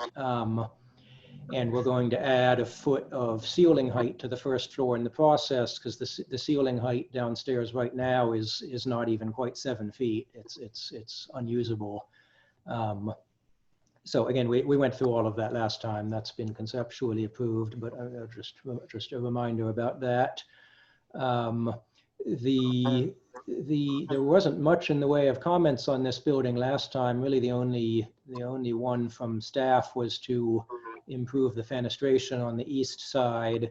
So if you go ahead, Dennis, to the current and preliminary juxtaposition, there you are. So I've replaced that little window with a bigger window, so that looks better there. I've also improved the fenestration under the porches, tried to regularize that and make it a little more consistent with some of the bits and pieces of what's left of the building now. But that's basically all new construction. And the other small differences you see among these drawings mainly just reflects our better understanding of the building, and better reflecting what we believe it originally was trimmed out with. And go on to the next page. Not very much changes there. And you can go on through the rest then. So again, floor plan. So the porch is basically all new construction. So this now does have a slab foundation, because the whole house is going to have a slab foundation. So that'll be brick paved right on the ground. It will have big round columns consistent with those presently on the building. Big wide beam consistent with present construction, exposed sort of timber frame porch construction consistent with the remnants of what's there now. And then moving on, and details on the back. So I will and again, I will just remind regarding the roof on this building, because this one is a case where the existing roof on the building is a 5V crimp, and will need to be replaced because it's totally rusted out, and we're proposing replacing it in kind with 5V. I'll just call that out in particular because it's not so typical of the old buildings to have that. And essentially none of this building is visible from the street in any event.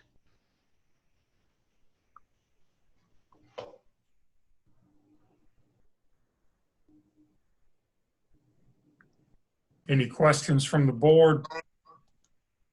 David, I've got one. This is James. Certainly. Andrew, the porch roof, where if I'm looking at it on the south elevation, it's extending south. And then I look at the east elevation and the parapet wall conceals, of course, the bulk of that porch roof. But what is that that's extending out beyond? Is that more than a gutter? Is that actually the fascia? It's a soffit and a fascia. It's a boxed eave, and that's much what the building has now. So the way it exists now, and it's in original form, it extended out that far beyond the parapet? Yeah, go up, Dennis, to the drawing that shows the existing condition. Yeah. So Okay. yeah, it does extend that far. Thank you. Any other questions from the board or Mr. Dowd? I did have one. Andrew, I might have missed this, but how are you accomplishing the increase in the ceiling height? Is that having any effect on the overall height of the building? Yes, it does. It's partially accomplished by the first floor level going a little bit lower, but it's also accomplished by the second floor level and everything above that going a little bit higher. But I mean, but just a little bit. And again, that is a necessity to making use of this building, because the first floor ceiling heights presently are below code. They're below 7 feet. Yeah. Okay, thank you. Any other questions from anybody? Hearing none. Mr. Dowd? Basically the same notice for Unit 223A regarding matching details of the survey card apply here. As Andrew pointed out, the building is marginally visible, if at all. We're recommending preliminary approval with the condition noted and final review by staff. Thank you. Mr. Gould, any response necessary? No. Thank you, Ms. Any discussion from the board?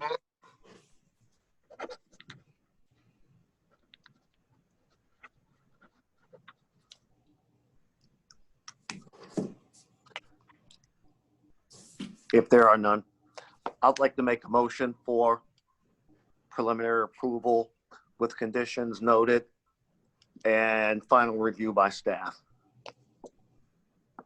I'll second that. All right, it's a motion made by Mr. Leon Scott for preliminary approval with conditions noted and final review by staff.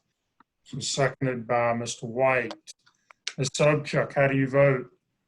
Yay, in favor. Mr. Matter, how do you vote? Yay, in favor. Mr. White, how do you vote? Yay, in favor. Mr. Scott, how do you vote? Yay, in favor. And this is David Hazelton. I vote yay in favor, and the motion carries 5-0. Okay, next up, 221C, St. Philip Street, requesting preliminary approval for new construction of a house for mixed-use development. This is a new structure, so obviously it's not rated in Canterbury, Elliott Borough in the Old City District. The previous motion on this one was deferral for height, mass, and general architectural direction with no reduction by half story, but study of architectural style, again in February of this year. The comments about this structure were noted in the overall development discussion. And again, I'll hand it over to Mr. Gould for his presentation. Thank you.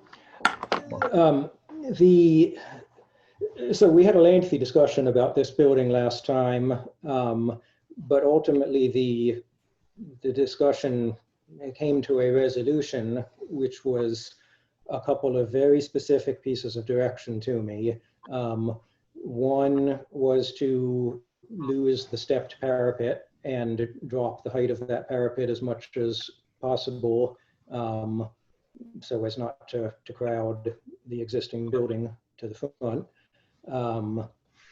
And the other was to change the styling of the cantilevered porch such that it's not made of iron and not so high Victorian looking. Those were the only two comments that were that I understood to be required changes, in part because they're the only two things that are visible from the right of way. You can see a little corner of the porch projecting into your field of view as you look up the driveway, and you can see the little bit of the parapets if you're across on the other side of St. Philip Street and sort of looking over the existing building. Nothing else about this is visible from the right of way. There was a suggestion to consider the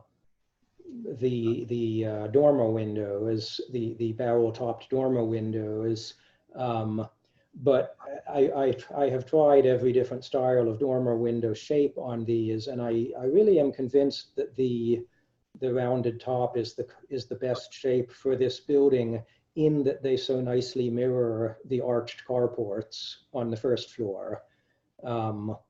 You know, any sort of pointed gabled shape is going to look, you know, a little more, you know, Victorian Gothic. You know, made it look sort of like an Anglican parsonage kind of building, to have these masonry half gables with a half dormers with a pointed gable. You know, I thought was more high Victorian looking. You know, this I think is pretty understated, in large part because it has no projecting moldings or ornament at all. If you look closely at the detailing, you can see the there's nothing but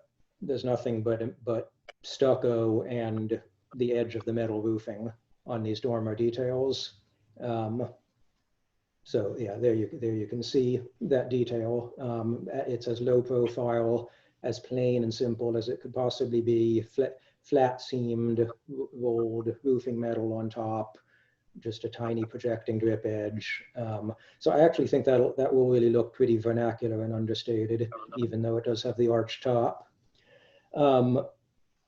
So the parapet itself, you can see I have given it the sort of typical Charleston shape of just a low gable with the little projecting ears on the edge.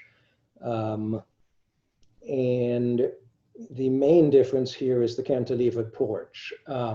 Whereas before it had iron pipe columns and fancy cast iron balusters, it now has slender wooden posts which are beveled on the corners to an octagonal profile, a little corbel bracket at the top, and then it's got a very elegant railing system which has quite a heavy bottom beam and a heavy round top rail, which is necessary for stability because it's a rather large span from column to column, and then very slender little rectangular wooden pickets.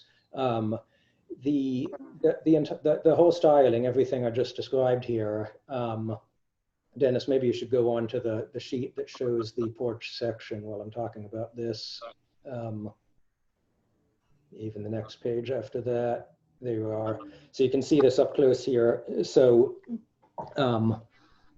you can see these are 5 1/4 columns, heavily beveled at the corners with a nice little lamb's tongue detail, and these, you know, very simple railing profile.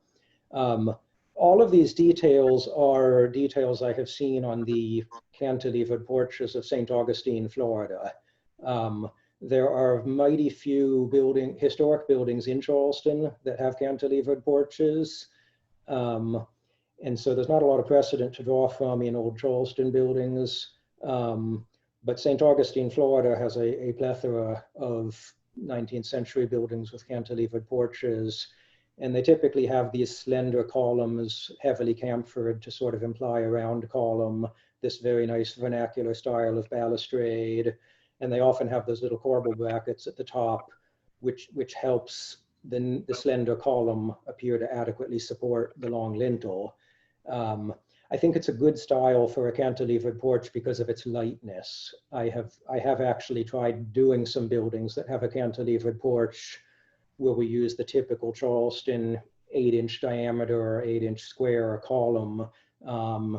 And it really looks too heavy to see an 8-inch column floating up in the air unsupported on a cantilever. I'm quite convinced that this kind of slender light detailing is much more satisfactory on a cantilevered porch. And I've put a lot of work into that detailing. I think it'll be pretty elegant. So if we move on, Dennis, not much new to say on these. Yeah. Again, the board, after much deliberation, decided that I was not to reduce the overall height of this building. That was quite a specific direction. So that is exactly as it was before. Moving on. So again, you can see all of the very nice masonry detailing on this going on. And moving on, we should have renderings in here. There we are. Okay, so here we have a rendering of the street. On the previous version, you can see the sort of Victorian ironwork styling of the porch. And then if you advance the slide, here we have the current version. It is all wood. You can see how nicely scaled that is and how nice and light that looks overhanging the street with those 5 1/4 columns and that sort of simple vernacular detailing. And then here's previous, looking at the building. Here you can get a good view of the parapet as well as the 2 porches. So if you advance the slide to the current view, you can see the parapet came down considerably. Porch is nice and understated. And the aerial view, the previous and the current. It is interesting how just those 2 changes, the parapet and the porch detailing, really actually changes the whole flavor of the building from kind of a high Victorian fantasy to a, more of an early 19th century vernacular kind of building. So I will stop the presentation there. Thank you. Any questions from the board or Mr. Dowd? I do have one. What is the roof on this one, Andrew, did you say? And Yeah, what color were you thinking? Well, I want this to be hand crimped metal because it's the only way I can make those dormers work the way I want. So I anticipate, given the way Cahill Roofing has been doing these kinds of roofs around town in recent years, they're using a factory finished Galvalume, but they're crimping it with all the same details that the old turn metal roofs had. I haven't determined a color on it yet. Have you, just a side question, but have you seen any problem with hand crimping pre-finish metal in terms of warranty? I have discussed that with Cahill. I have asked him whether the crimping cracks the finish and thereby introduces the opportunity for rust where the metal has been bent. His feeling is no. He has not seen trouble with this. And he feels that if you were to start to see rust materializing on the crimped seams in the future, you could kind of stop that just by going up there with a paintbrush and touching up just on those bent seams, which was an issue on the old painted roofs. Also, they always start to rust on the seams. So of course, we've only been doing these kinds of roofs for 5 or 10 years. So yeah, it's an open question, but Cahill is doing a lot of them. All of the new Cat Fiddle buildings have roofs done like this. And so far they have done very nicely in their first year, at least. Are they doing double lock seams? Yeah. Because I saw another project that they were proposing and it was not a double lock. So heads up for that. Okay, that's it for me in terms of questions. Andrew, it's James Metters. I have one question for you. If we are looking at by the way, I appreciate the changes you made. I think they look great. If I'm looking at the proposed east elevation and I'm looking at the corner, you can see what appears to be, I guess it's the fascia board that's at the base of the roof that the roof comes over. So that plane is just outside of the north plane of the building. So you can see that, and that's just a piece of wood that's just simply applied to the surface, and it gives you the ability to put a drip edge or something over it for the roof to lock onto. Dennis, go ahead to the wall section. Maybe one more. Yes, there you can see right there. So it is a 2x8 that is applied to the plane of the block, and then the stucco dies into the bottom of the 2x8. So you'd end up having about 1 inch of projection from the stucco to the face of that trim board. Any way that could be recessed into that top masonry block so it's flush? Well, Is that a bond beam? well, there's a bond. Yeah, the top block is a bond beam, and then you can see there's a wooden plate in the rafters, which is why I don't want to just run the stucco all the way up to the roof, is because I'd end up having stucco over wood at that top 6 inches. Yeah. So this is generally the detail we've used on these stuccoed buildings in the past, is put enough wood up there that you have a clean edge to die the stucco into. I definitely do not like trying to put a drip edge to stucco, because the stucco is not very flat and you can't make a very tight gap there. Andrew, I was going to suggest you do a similar thing here and dye the stucco into the bottom of this concrete sill rather than wrapping it like this, because I think right there could be a problem. I did have one other question though, if I can, Mr. Chairman. Certainly. I'm looking at, were these stucco headers before, Andrew, that are no longer part of this?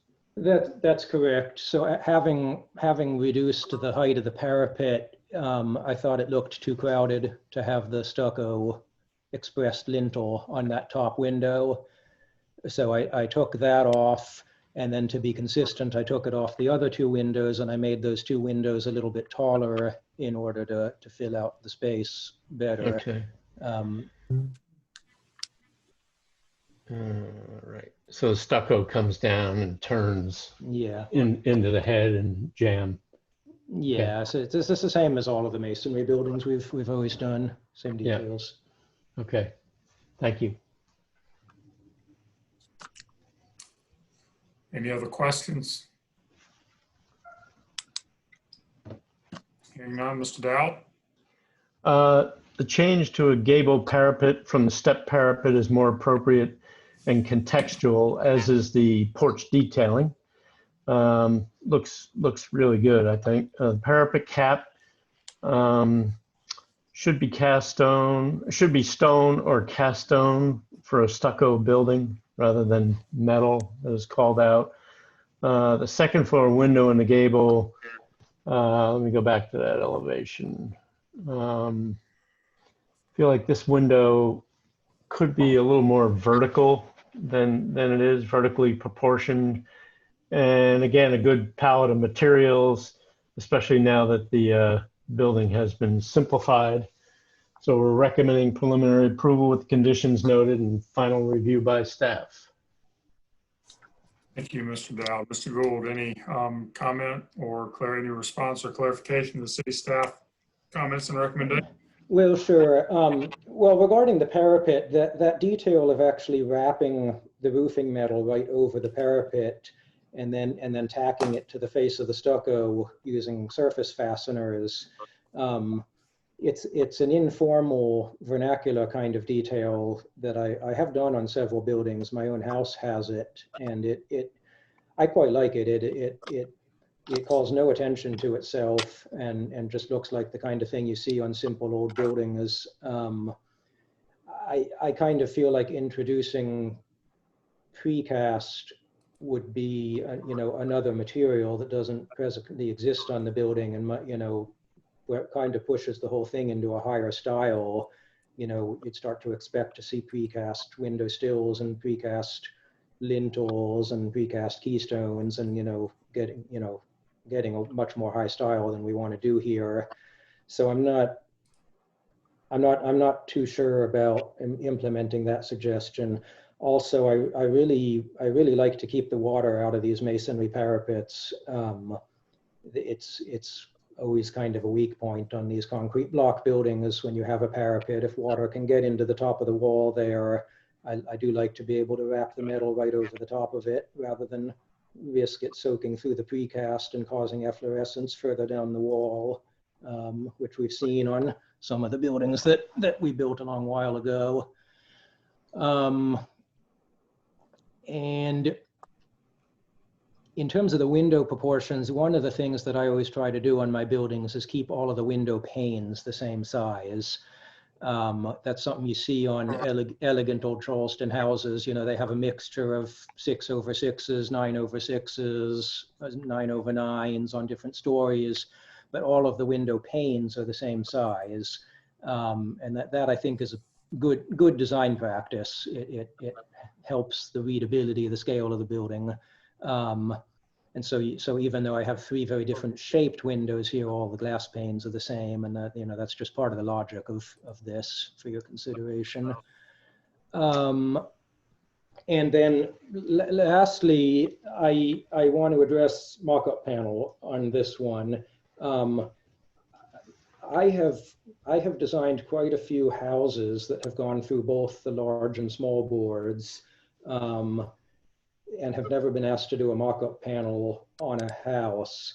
Perhaps the most relevant comparison to this building would be my project at 131 Cannon Street, which is just now wrapping up construction. The large board approved that project 2 years ago. It had that new concrete and stucco commercial building with the sort of high Victorian parapet on the front, you know, right on the sidewalk. You probably all remember. That's just the same construction as this, you know, block, stucco, wooden porch, you know, and so forth. And the large board did not require that to have a mock-up. And it was because I explained that everything on the outside of the building is just stucco and wood, and it all gets painted, and it's all done the same as all of the buildings I've been building here for 15 years. So, you know, there's not really any surprises with regards to the materials. And with regards to the craftsmanship, the only material interfaces are the window trim joining the stucco, and that's going to be, you know, a caulked joint and painted anyway. So I do struggle a little to understand the value of mock-up panel review on a building with this kind of construction. You know, every inch of it's going to be paint as its finished surface. You know, I totally understand with a typical modern commercial building, you know, brick veneer, precast elements, metal windows, you know, those materials vary considerably in their appearance and their method of installation. But in this case, I think you could imagine any other building I've ever designed and, you know, understand that this will be just like it from a material standpoint. So I am requesting, in accordance with what the ordinance says that the large board may waive the requirement of a mock-up panel if they do not feel it is necessary for understanding the building.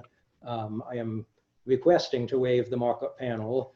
And if you're not willing to waive it, I'm requesting some input on what you want to see in a mock-up panel, what you're hoping to get out of that, because obviously I would ultimately have to design that mock-up panel. Thank you. Discussion from the board? May I ask a question? Certainly, certainly. If you wouldn't mind though, Luda, we're having a hard time here, or I'm having. Oh, I know, sorry. All right, so Andrew, I want to go back to the parapet cap. On the previous design, when you have the stepped parapet, Yes. how did you cap that, each step, each horizontal? That indeed would have been precast, big precast, you know, gable-shaped blocks. So what's the difference in your mind when we have a precast on that step and not to have a precast on just gable? Well, I think the difference is that this style of parapet is not trying to call attention to itself as a major design feature of the building, the way the stepped parapet was. And also, if I were to do this in precast, obviously it would be multiple blocks that have to join to one another. So then there arises the question, is it painted or not, mortar color, or do we just stucco over the precast? That would probably be my preference, honestly, because I don't really want to introduce another material on the building. If I were to do it out of precast, I would probably just stucco over the face of the precast, and you just see a raised stucco band there. Well, it just feels unfinished with just metal cap. Mm-hmm. That's it. So I'm kind of agree with staff. Okay. So David, this is James. Yes. I believe when we changed the style of the building, we did just that. And I'm okay with not having the precast on the gable end walls. I believe a good choice of metal for that to reflect something, to be very streamlined, could be lead. And then that lead could be painted to match. But I'm not against, since this is a new modern structure, that being metal also. The problem that I have with the metal is that I am not confident about the use of this type of metal if it's a galvalume that won't make that parapet cap look bulky. And that's what metal has a tendency to do.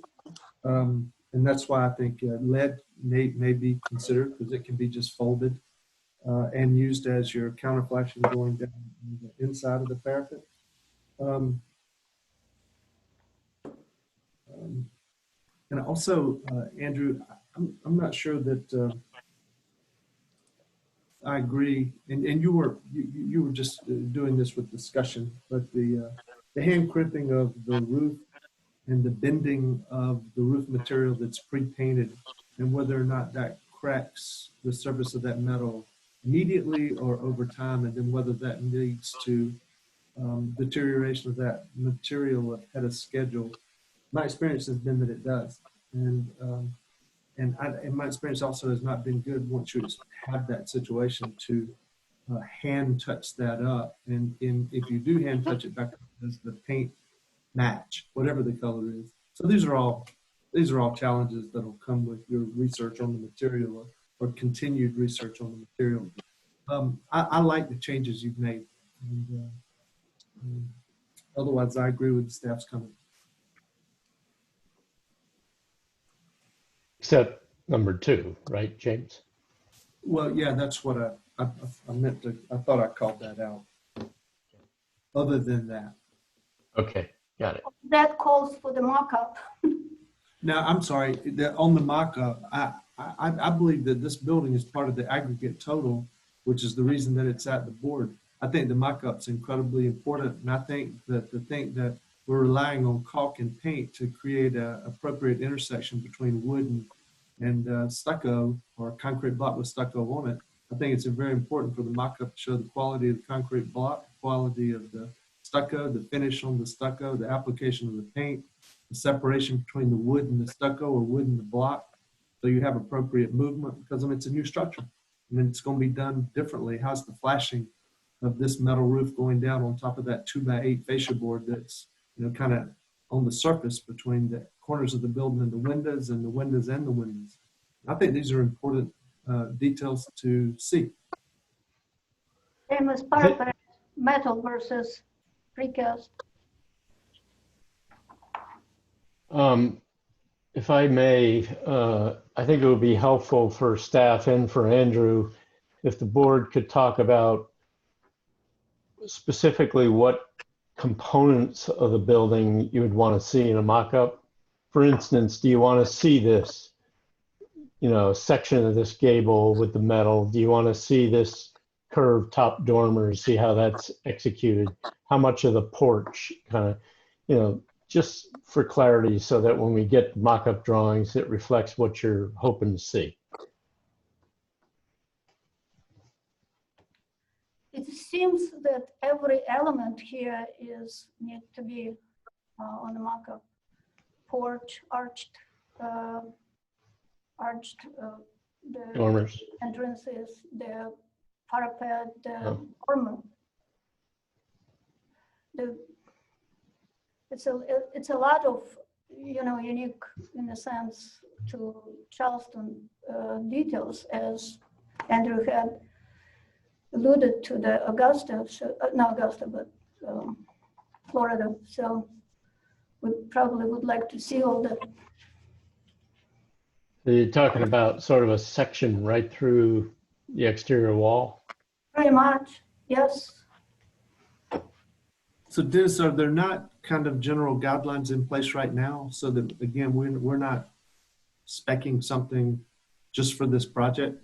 I mean, I think, I No. wouldn't want to get into individually speccing what we want to see on projects if the guidelines are already intact about what should be shown as part of a mock-up. Well, we do have a board policy statement about mock-ups.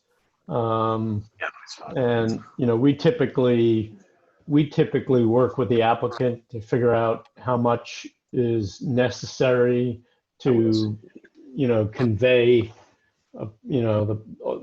the intent of the project. But because in this case, Andrew is not sure that a mock-up is required, I felt like it would be good for the board to weigh in on how far you want them to go on a mock-up here.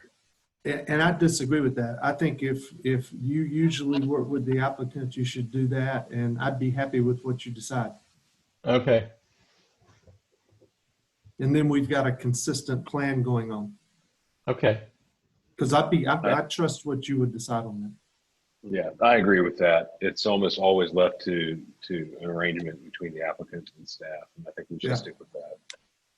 Okay.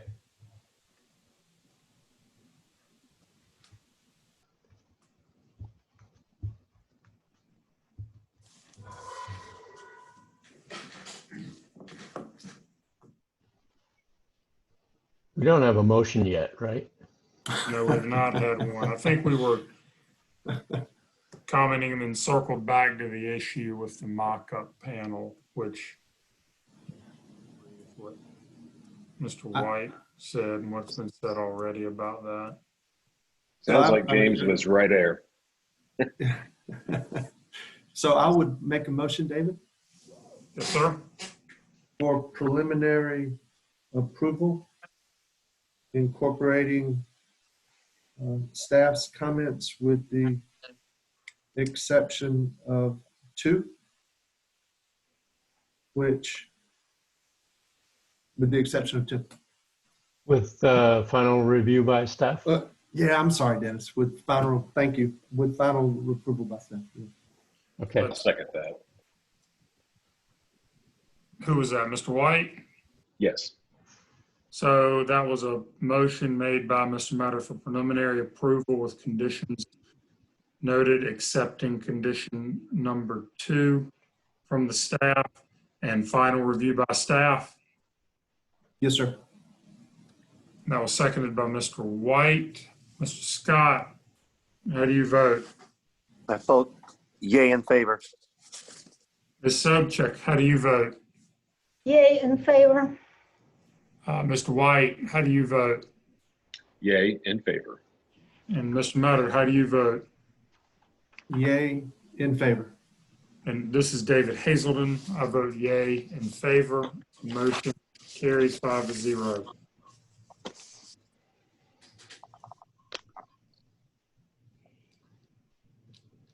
Okay, next up is 221. Dennis.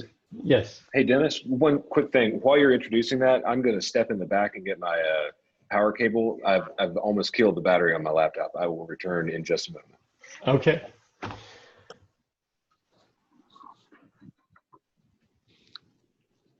I will continue. This is 221D St. Philip Street, requesting preliminary approval for new construction of a house for mixed-use development, Canterbury, Elliott, Barrow in the Old City District.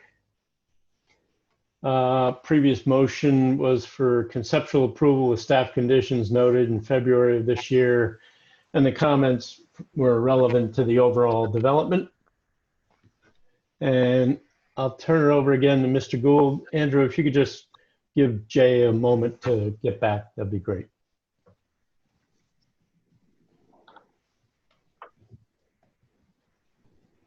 I think he actually went to get a beer, but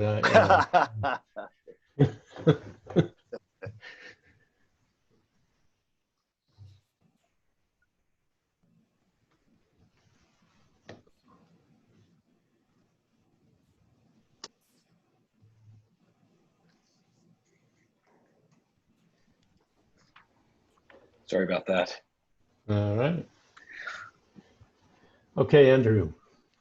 All right, so this is the little house behind the garden at the back, which I deliberately want to read as a garden cottage. It's a very small house, you know, quaint cottagey detailing is kind of the intention here. And in the previous version, I had a lot of detail on the porch in particular. I had these fancy sawn balusters and stop camphors on the columns, and a little scrolled cusp at the bottom of the rafter tails, and all of the windows had projecting hoods over them, and each of those things were the things that the staff and board wanted simplified.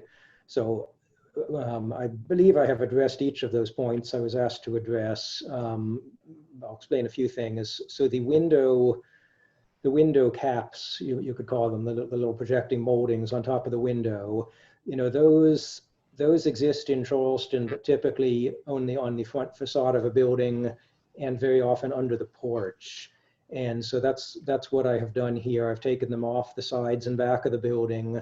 I have kept them under the porch, which is the front of this building, in part because I think it's appropriate for the front to be a little more formal, but also for a practical reason, which is that when I've got windows right up against the bottom of the porch beam like this, it's really difficult, you know, between the framers and the trim carpenters to make sure that the top of the window trim exactly aligns with the bottom of the porch beam trim.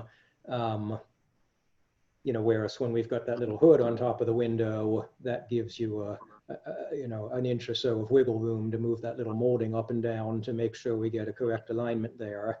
And you see this all the time on old buildings, and it works very well on new buildings. So I've kept that molding just on that facade for that reason. I've taken out the scroll shape of the rafter tails. They're all just straight cuts now. The porch, I have reduced the size of the columns. They were nominal 8s, now they're nominal 6-inch columns with no chamfered edges. So, and I think that slenderness works quite nicely because this is a rather narrow porch with close spacing. And then for the balustrade, I really did not want to just have straight pickets on this house because I've just got straight pickets on the other two houses. I really don't want all 3 porches to have exactly the same pickets.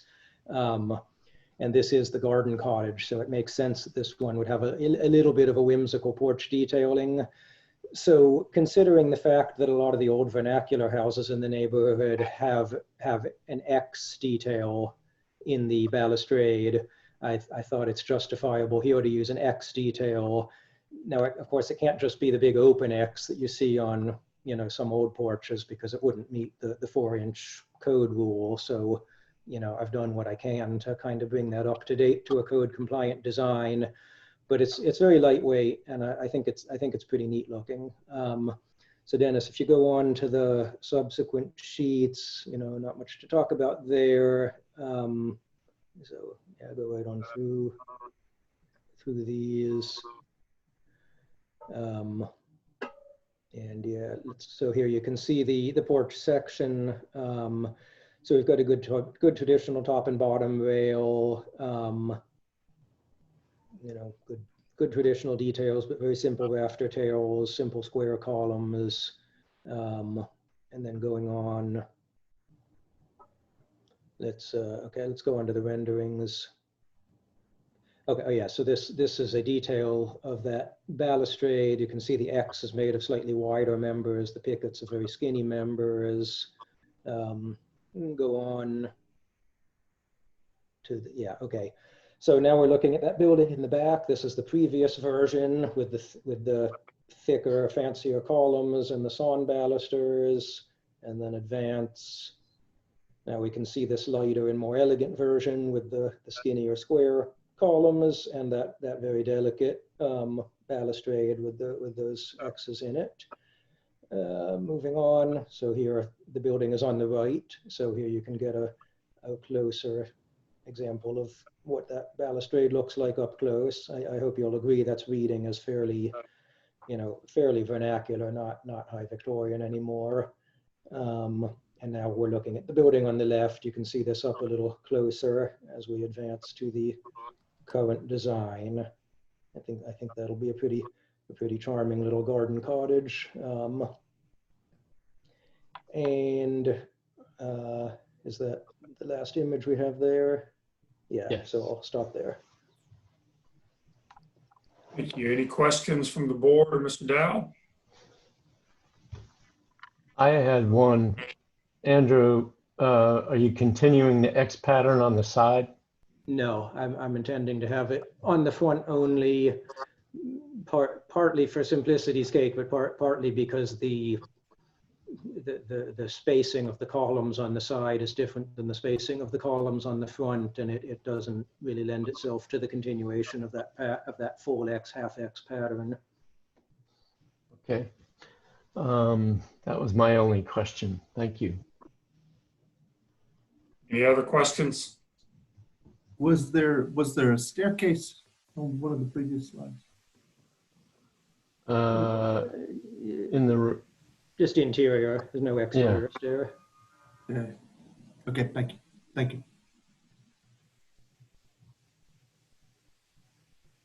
Having no public comment, Mr. Dow? Well, the changes to reduce the stylization are generally successful, such as the column proportions, balustrade design, rafter tails, etc. The one comment we have is I think that adding a balustrade for the ground floor with perhaps a break at the center column bay would be more contextual. It would also help with the these columns are fairly slender and fairly tall, and I think the balustrade helps to sort of mitigate that some.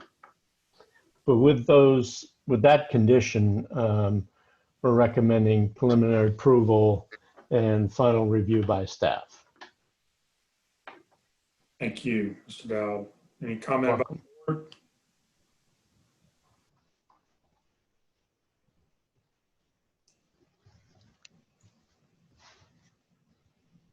Do we need to provide an opportunity for applicant response? Oh, I'm sorry. Yeah, you're right. We're right past that. Thank you. Sure. Mr. Gould, any Sure comment or clarification on? Well, I mean, the question of whether to put a balustrade on the first floor is always an interesting question when you've got a masonry porch that's just one step off the ground.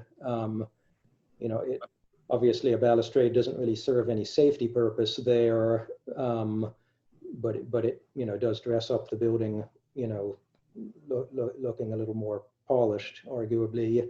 I've done it both ways. I'm not necessarily opposed to adding a balustrade on the first floor of this one if you want to do that. I'd rather not do that on the house to the right for some reasons relating to car doors and car access. But on this one, we could do that if you agree that that would be an improvement. And then I will raise the specter of the mock-up on this one also. I've done so many wooden houses almost exactly like this, and I've certainly never been asked for a mock-up on a wooden house, and I don't remember ever seeing a mock-up of a wooden house. Maybe Dennis can fill us in on whether that's ever been required on a little single-family wooden house, but it would seem very odd to me because, I mean, obviously a mock-up would just be, some lap siding, some corner styles, some caulk and paint. I mean, what would you be looking at? I think if I can interject here for the board, I think if there was a mock-up for the masonry building with some of the detail that we talked about earlier, that would satisfy staff in terms of, viewing the quality of, the mock-up, the quality of workmanship, and also materials. I mean, these are very standard, straightforward materials. There's nothing here that, is unusual from a construction standpoint. So Dennis, this is James. yes. The reason that we have these rules in place is this is an aggregate total of buildings over 10,000 square feet, and that's why he's coming to this board, right? Right, that's correct. Okay, so that's what the issue is in terms of the mock-up. It's not a single family residence wood structure or multifamily residence wood structure. It's because we're looking at this because it's an assembly of structures. And if we begin to break that apart for some reason, then that's going to be challenged every time we move forward. So once again, you have my vote. You have my vote to use your judgment about what is needed for this mock-up. Okay. But that's the way I think it ought to stay. Yeah, if you recall Sanctuary Court, the Sanctuary Court project, that was a project where there were multiple rear buildings and a couple of buildings up on the street. And we had one mock-up for that project that incorporated aspects of, all the buildings, but they were a little bit more contemporary in nature, those buildings. But it was a fairly straightforward mock-up that did include some features that are important for each building. So I think that would be the approach that we would take, is one mock-up that incorporates sort of unique and critical features of each building. Again, from my perspective, this is James again. That's your call. Okay. Yeah, and I think if this is still my response period, the ordinance does specifically say that the board may waive the markup requirement at their discretion. So that provision is in the ordinance.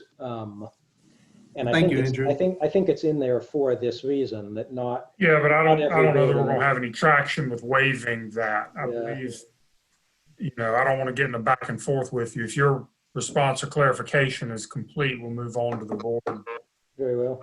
comment. And if there is any discussion, I would not vote for a waiver of the mock-up panel. I would leave that to Dennis, and I think he outlined how that would be handled with specific features from various buildings that the staff city believes that they need to see. I would be fine with that. I agree with you, David. I agree also. I do as well. Same here.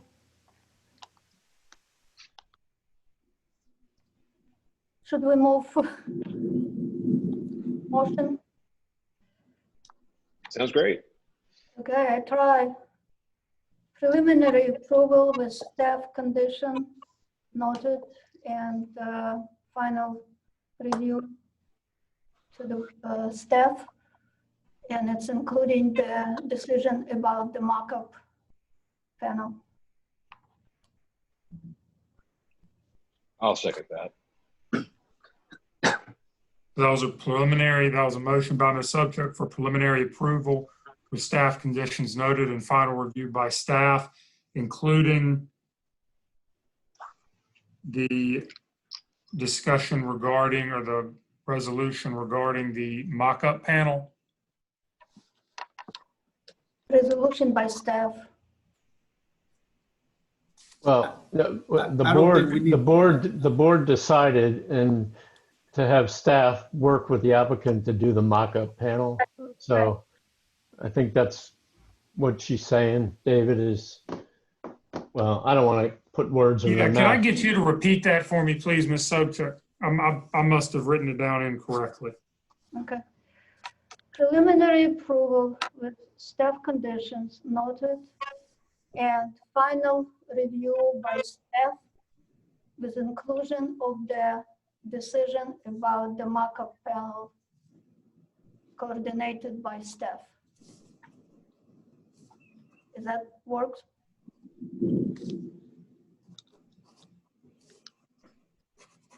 Yes, it does. There was a motion for preliminary approval with staff's conditions noted, final review by staff with inclusion of decision about mock-up panel being coordinated by city staff, correct? Correct. Okay. And that was seconded by Mr. White.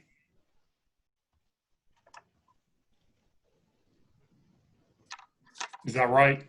Oh, yes, that's correct. Okay. Sorry, I nodded. I don't know. It doesn't really work. So, Mr. Scott, how do you Well, vote? so David, on discussion here, I just, Certainly. if you from a legal standpoint would help me here, it worries me that we're putting anything about the mock-up in any motion. Because it's already implicit in, it's Dennis's decision on what he's going to do, what he's going to look for in the mock-up. I don't know why now on this motion, after all these, that we have to include that in the motion. And I don't think that we should. We have it in any previous one, and I don't know why we need to now. Okay, that's it. Okay. Well, I'll tell you, there's a motion that's been made and seconded. So I believe it needs to progress to a vote. And Mr. Scott, how do you vote? I vote yay in favor. All right. Mr. Metters, how do you vote? Nay, opposed. Okay. Mr. White, how do you vote? Yay in favor. Ms. Subchik, how do you vote? Yay, in favor. Okay. And this is David Hazelden.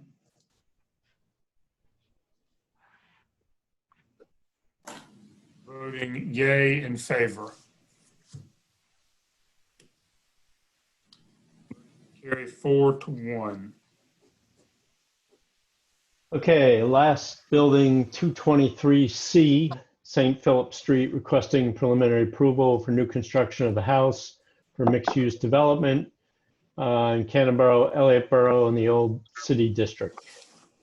The previous motion was conceptual approval with staff conditions noted in February of this year, and the comments for the overall development are pertinent.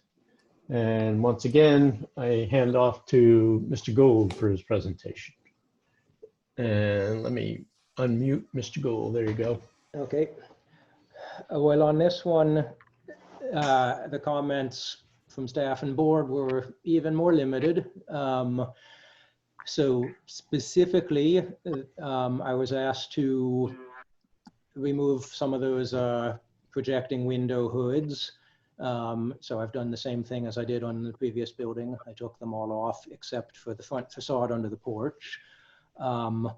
And I was asked to remove the scroll shape from the rafter tails, so I have done that.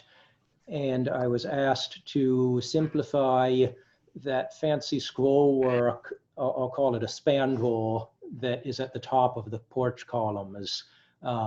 This detail is sort of a board with scroll cut ends that spans from one column to the next, implying a simple arch up there. And my previous design had kind of a fancy cusped Victorian shape to it, and the new design is much simplified. I do want to keep that feature in its simplified form because this porch has a rather wide proportion to it, and I found that visually it ties together, it resolves better having that horizontal element interposed between the columns. It just looks a bit spare geometrically without it. So if we go on to the next images, you know, much the same thing here. You can see all the window hoods have been removed from these back sides. And going on, we'll go on ahead to the porch section. Yeah, so actually go back one. because that one you can see a better image of the porch detailing with those spandrel sort of arches, which are just a board, cut to a shape that spans between the columns. That's a detail actually that one sees on a lot of buildings of kind of a Queen Anne to Edwardian vintage, especially down in Charleston Village around Colonial Lake. There's a number of houses that have this detail on them. Let's move on. Otherwise it's really detailed the same as the other house we just looked at. Going on, and let's look at the renderings. Yeah, there you can see a detail of that spandrel, just a simple quarter circle. So looking now at the house at the back of this view, there's the previous version and there's the current. You can see the simplification of those spandrels. And moving on to the next view. Now we are standing inside of the porch in question, so you can see that up close. And if you go to the current view, there you have it. And moving on. I think that's it. Andrew. All right, very good. Well, I will leave it there.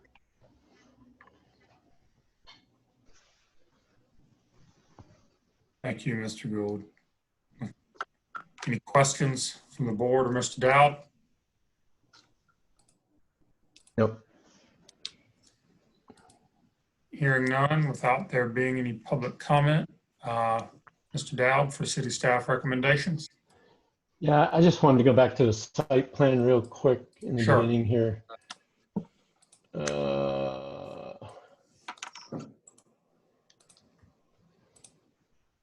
All right.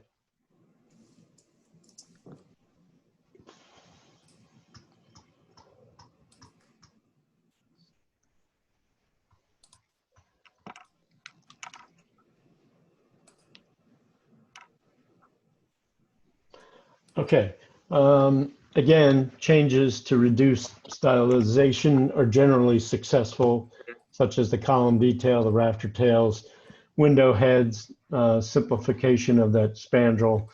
And as with unit 221D, I was recommending a balustrade again at the ground level of the piazza to be more contextual. I see that could represent a problem with opening car doors from the site plan.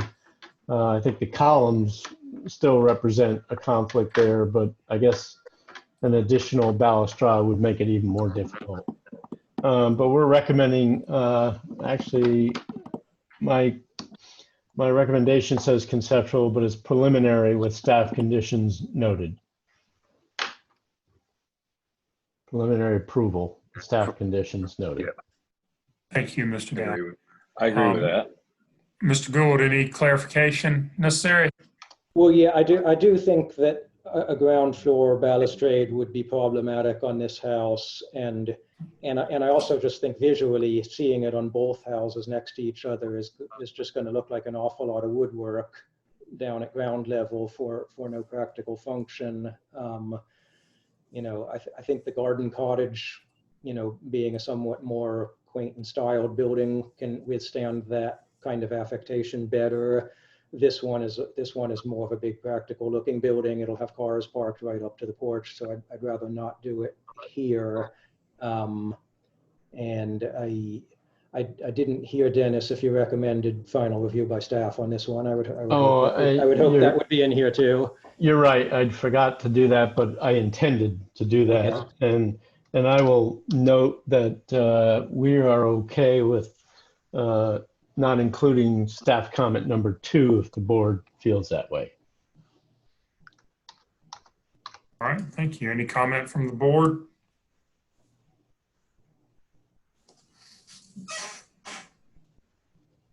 I'm comfortable with this recommendation, and I don't really think the balustrade is necessary. I'm in agreement with Jay's comment and Dennis's removal of item 2. I am as well. Me too. All right, well, this is Jay. I'll introduce a motion for preliminary approval with staff condition number 1. Well, I'm sorry? yeah. Well, that's not really a condition. I guess I would Oh, is take it? out with staff conditions. Just say All right. Well, preliminary approval with final review by staff would be our recommendation. I don't know what to do if there's no comments. Well, I know what to I'll- do. I know what to do. I second that motion. Yeah. Preliminary approval with final review by staff. Yes. Seconded by Mr. Mudders. Yes, sir. All right. This motion for preliminary approval with final review by staff. Mr. Scott, how do you vote? Yay in favor. Ms. Sobchak, how do you vote? Yay, in favor. Mr. Mudders, how do you vote? Yay in favor. All right, Mr. White, how do you vote? Yay in favor. All right, this is David Hazelton. I also vote yay in favor. Is there a motion to adjourn? Thanks, Andrew. I think that's automatic. Thank you. I'm honored to have a personal BAR hearing. I'm sure you are. That's funny. All right, y'all. We all have a good All right. evening. Hey, Y'all have a good evening. Thank you. Hang on before everybody goes. Just got Okay. one thing to discuss with you guys. Andrew, you can go ahead. I just need to discuss All right. something with the board. Thank Okay. you. We will need to schedule a special meeting in July. And I'm thinking that since we don't have a meeting, the second, Sorry. yeah, if we don't have we don't have a meeting the second Wednesday, but I'm going to propose the third Wednesday for 48 Smith Street. One project, but it's a renovation of a building that burned a couple years ago. The owner's been willing to do nothing to stabilize it, even though we've forced them to produce stabilization drawings and gave them a deadline and so forth. That stabilization was at BARS, but it's going to come to BARL now because there are additional buildings that a developer is proposing for the property in addition to renovating the existing buildings, and it exceeds 10,000 square feet, so it will come to BARL. And it's a real time-sensitive thing because the developers who are purchasing it are the people that own One Meeting Street and renovated One Meeting Street in collaboration with Mark Regal-Buto. And they intend to create 11 total units on the property. Bill Huey is the architect. I've seen the site plan and it's pretty good. But we do need, because of the timing and due diligence for this project, and we really want to see these people buy this property because otherwise that building, that existing historic building is going to be gone for good. I jumped back on late, but this is going to be a special meeting? Yes, because this project would not, it's too big to add to an existing agenda. So we need to have a special meeting, and I'm proposing the third Wednesday in July to do that. The July 15th, I can tell you, Dennis, I'm out of town on that weekend, so you might need to have, I wouldn't let you know, you probably want to have, if you need one, a alternate there on my behalf. Okay, let me look at the calendar here. So, but I mean, wait a minute. How about some dialogue about, I mean, why do a special meeting? I mean, because I mean, Bill's on your BAR small board. I mean, are we going to be? I mean, what's the? The reason for the special meeting is the existing building at 48 Smith. Oh no, I heard all that. Okay. But I meant bigger than that, though. I mean, why not conform to our city rules? For what? For meeting schedule. Oh, well, you know, we've had special meetings in the past, James. You know, when circumstances warrant that. And I'm proposing that circumstances warrant it in this case. Because of the condition of the building. Because of the condition of the building and because the due diligence period is such that if they had to wait to get on an open agenda, that they would be beyond their due diligence period. And I'm afraid the deal would fall through and the building will eventually, I mean, we're getting into hurricane season. So the building will eventually collapse and be no longer. All right, so, but I mean, I just want to make sure, and I'm okay with this being on the record, we're doing this to conform to a due diligence of a purchase of a property. Yeah, So, we're I mean, doing 'cause it for circumstances that, I feel warrant it, but, you guys are the board and you can decide not to accommodate that if you feel like, that's appropriate. I have been in plenty of special meetings. I don't have any issues with them. Can't hear you, Luda. Oh, this microphone. I said I have been in plenty on the special meetings and I don't have any issues with having one. Okay. Yeah, and I'm available on the 15th. This would be at 4:30. Would this start at 4:30? Yeah. Yes, it would. Okay. Good. I think it would probably take about an hour to an hour and a half total. 15, 4:30. I'll be there. I'm not here, but I don't particularly have a problem with a special meeting. I've been a part of some, but they're really on an infrequent basis. And I feel like that, Dennis, y'all give enough thought to when those are actually warranted that, I don't particularly have a problem with it.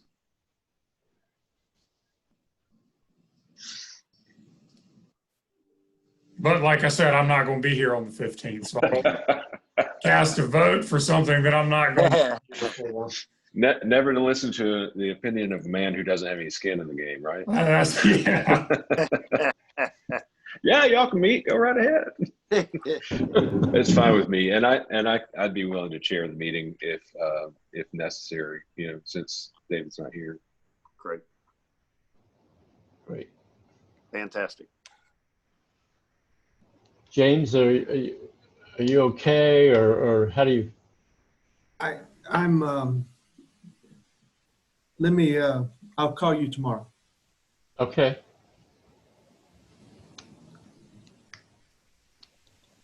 Okay. All right.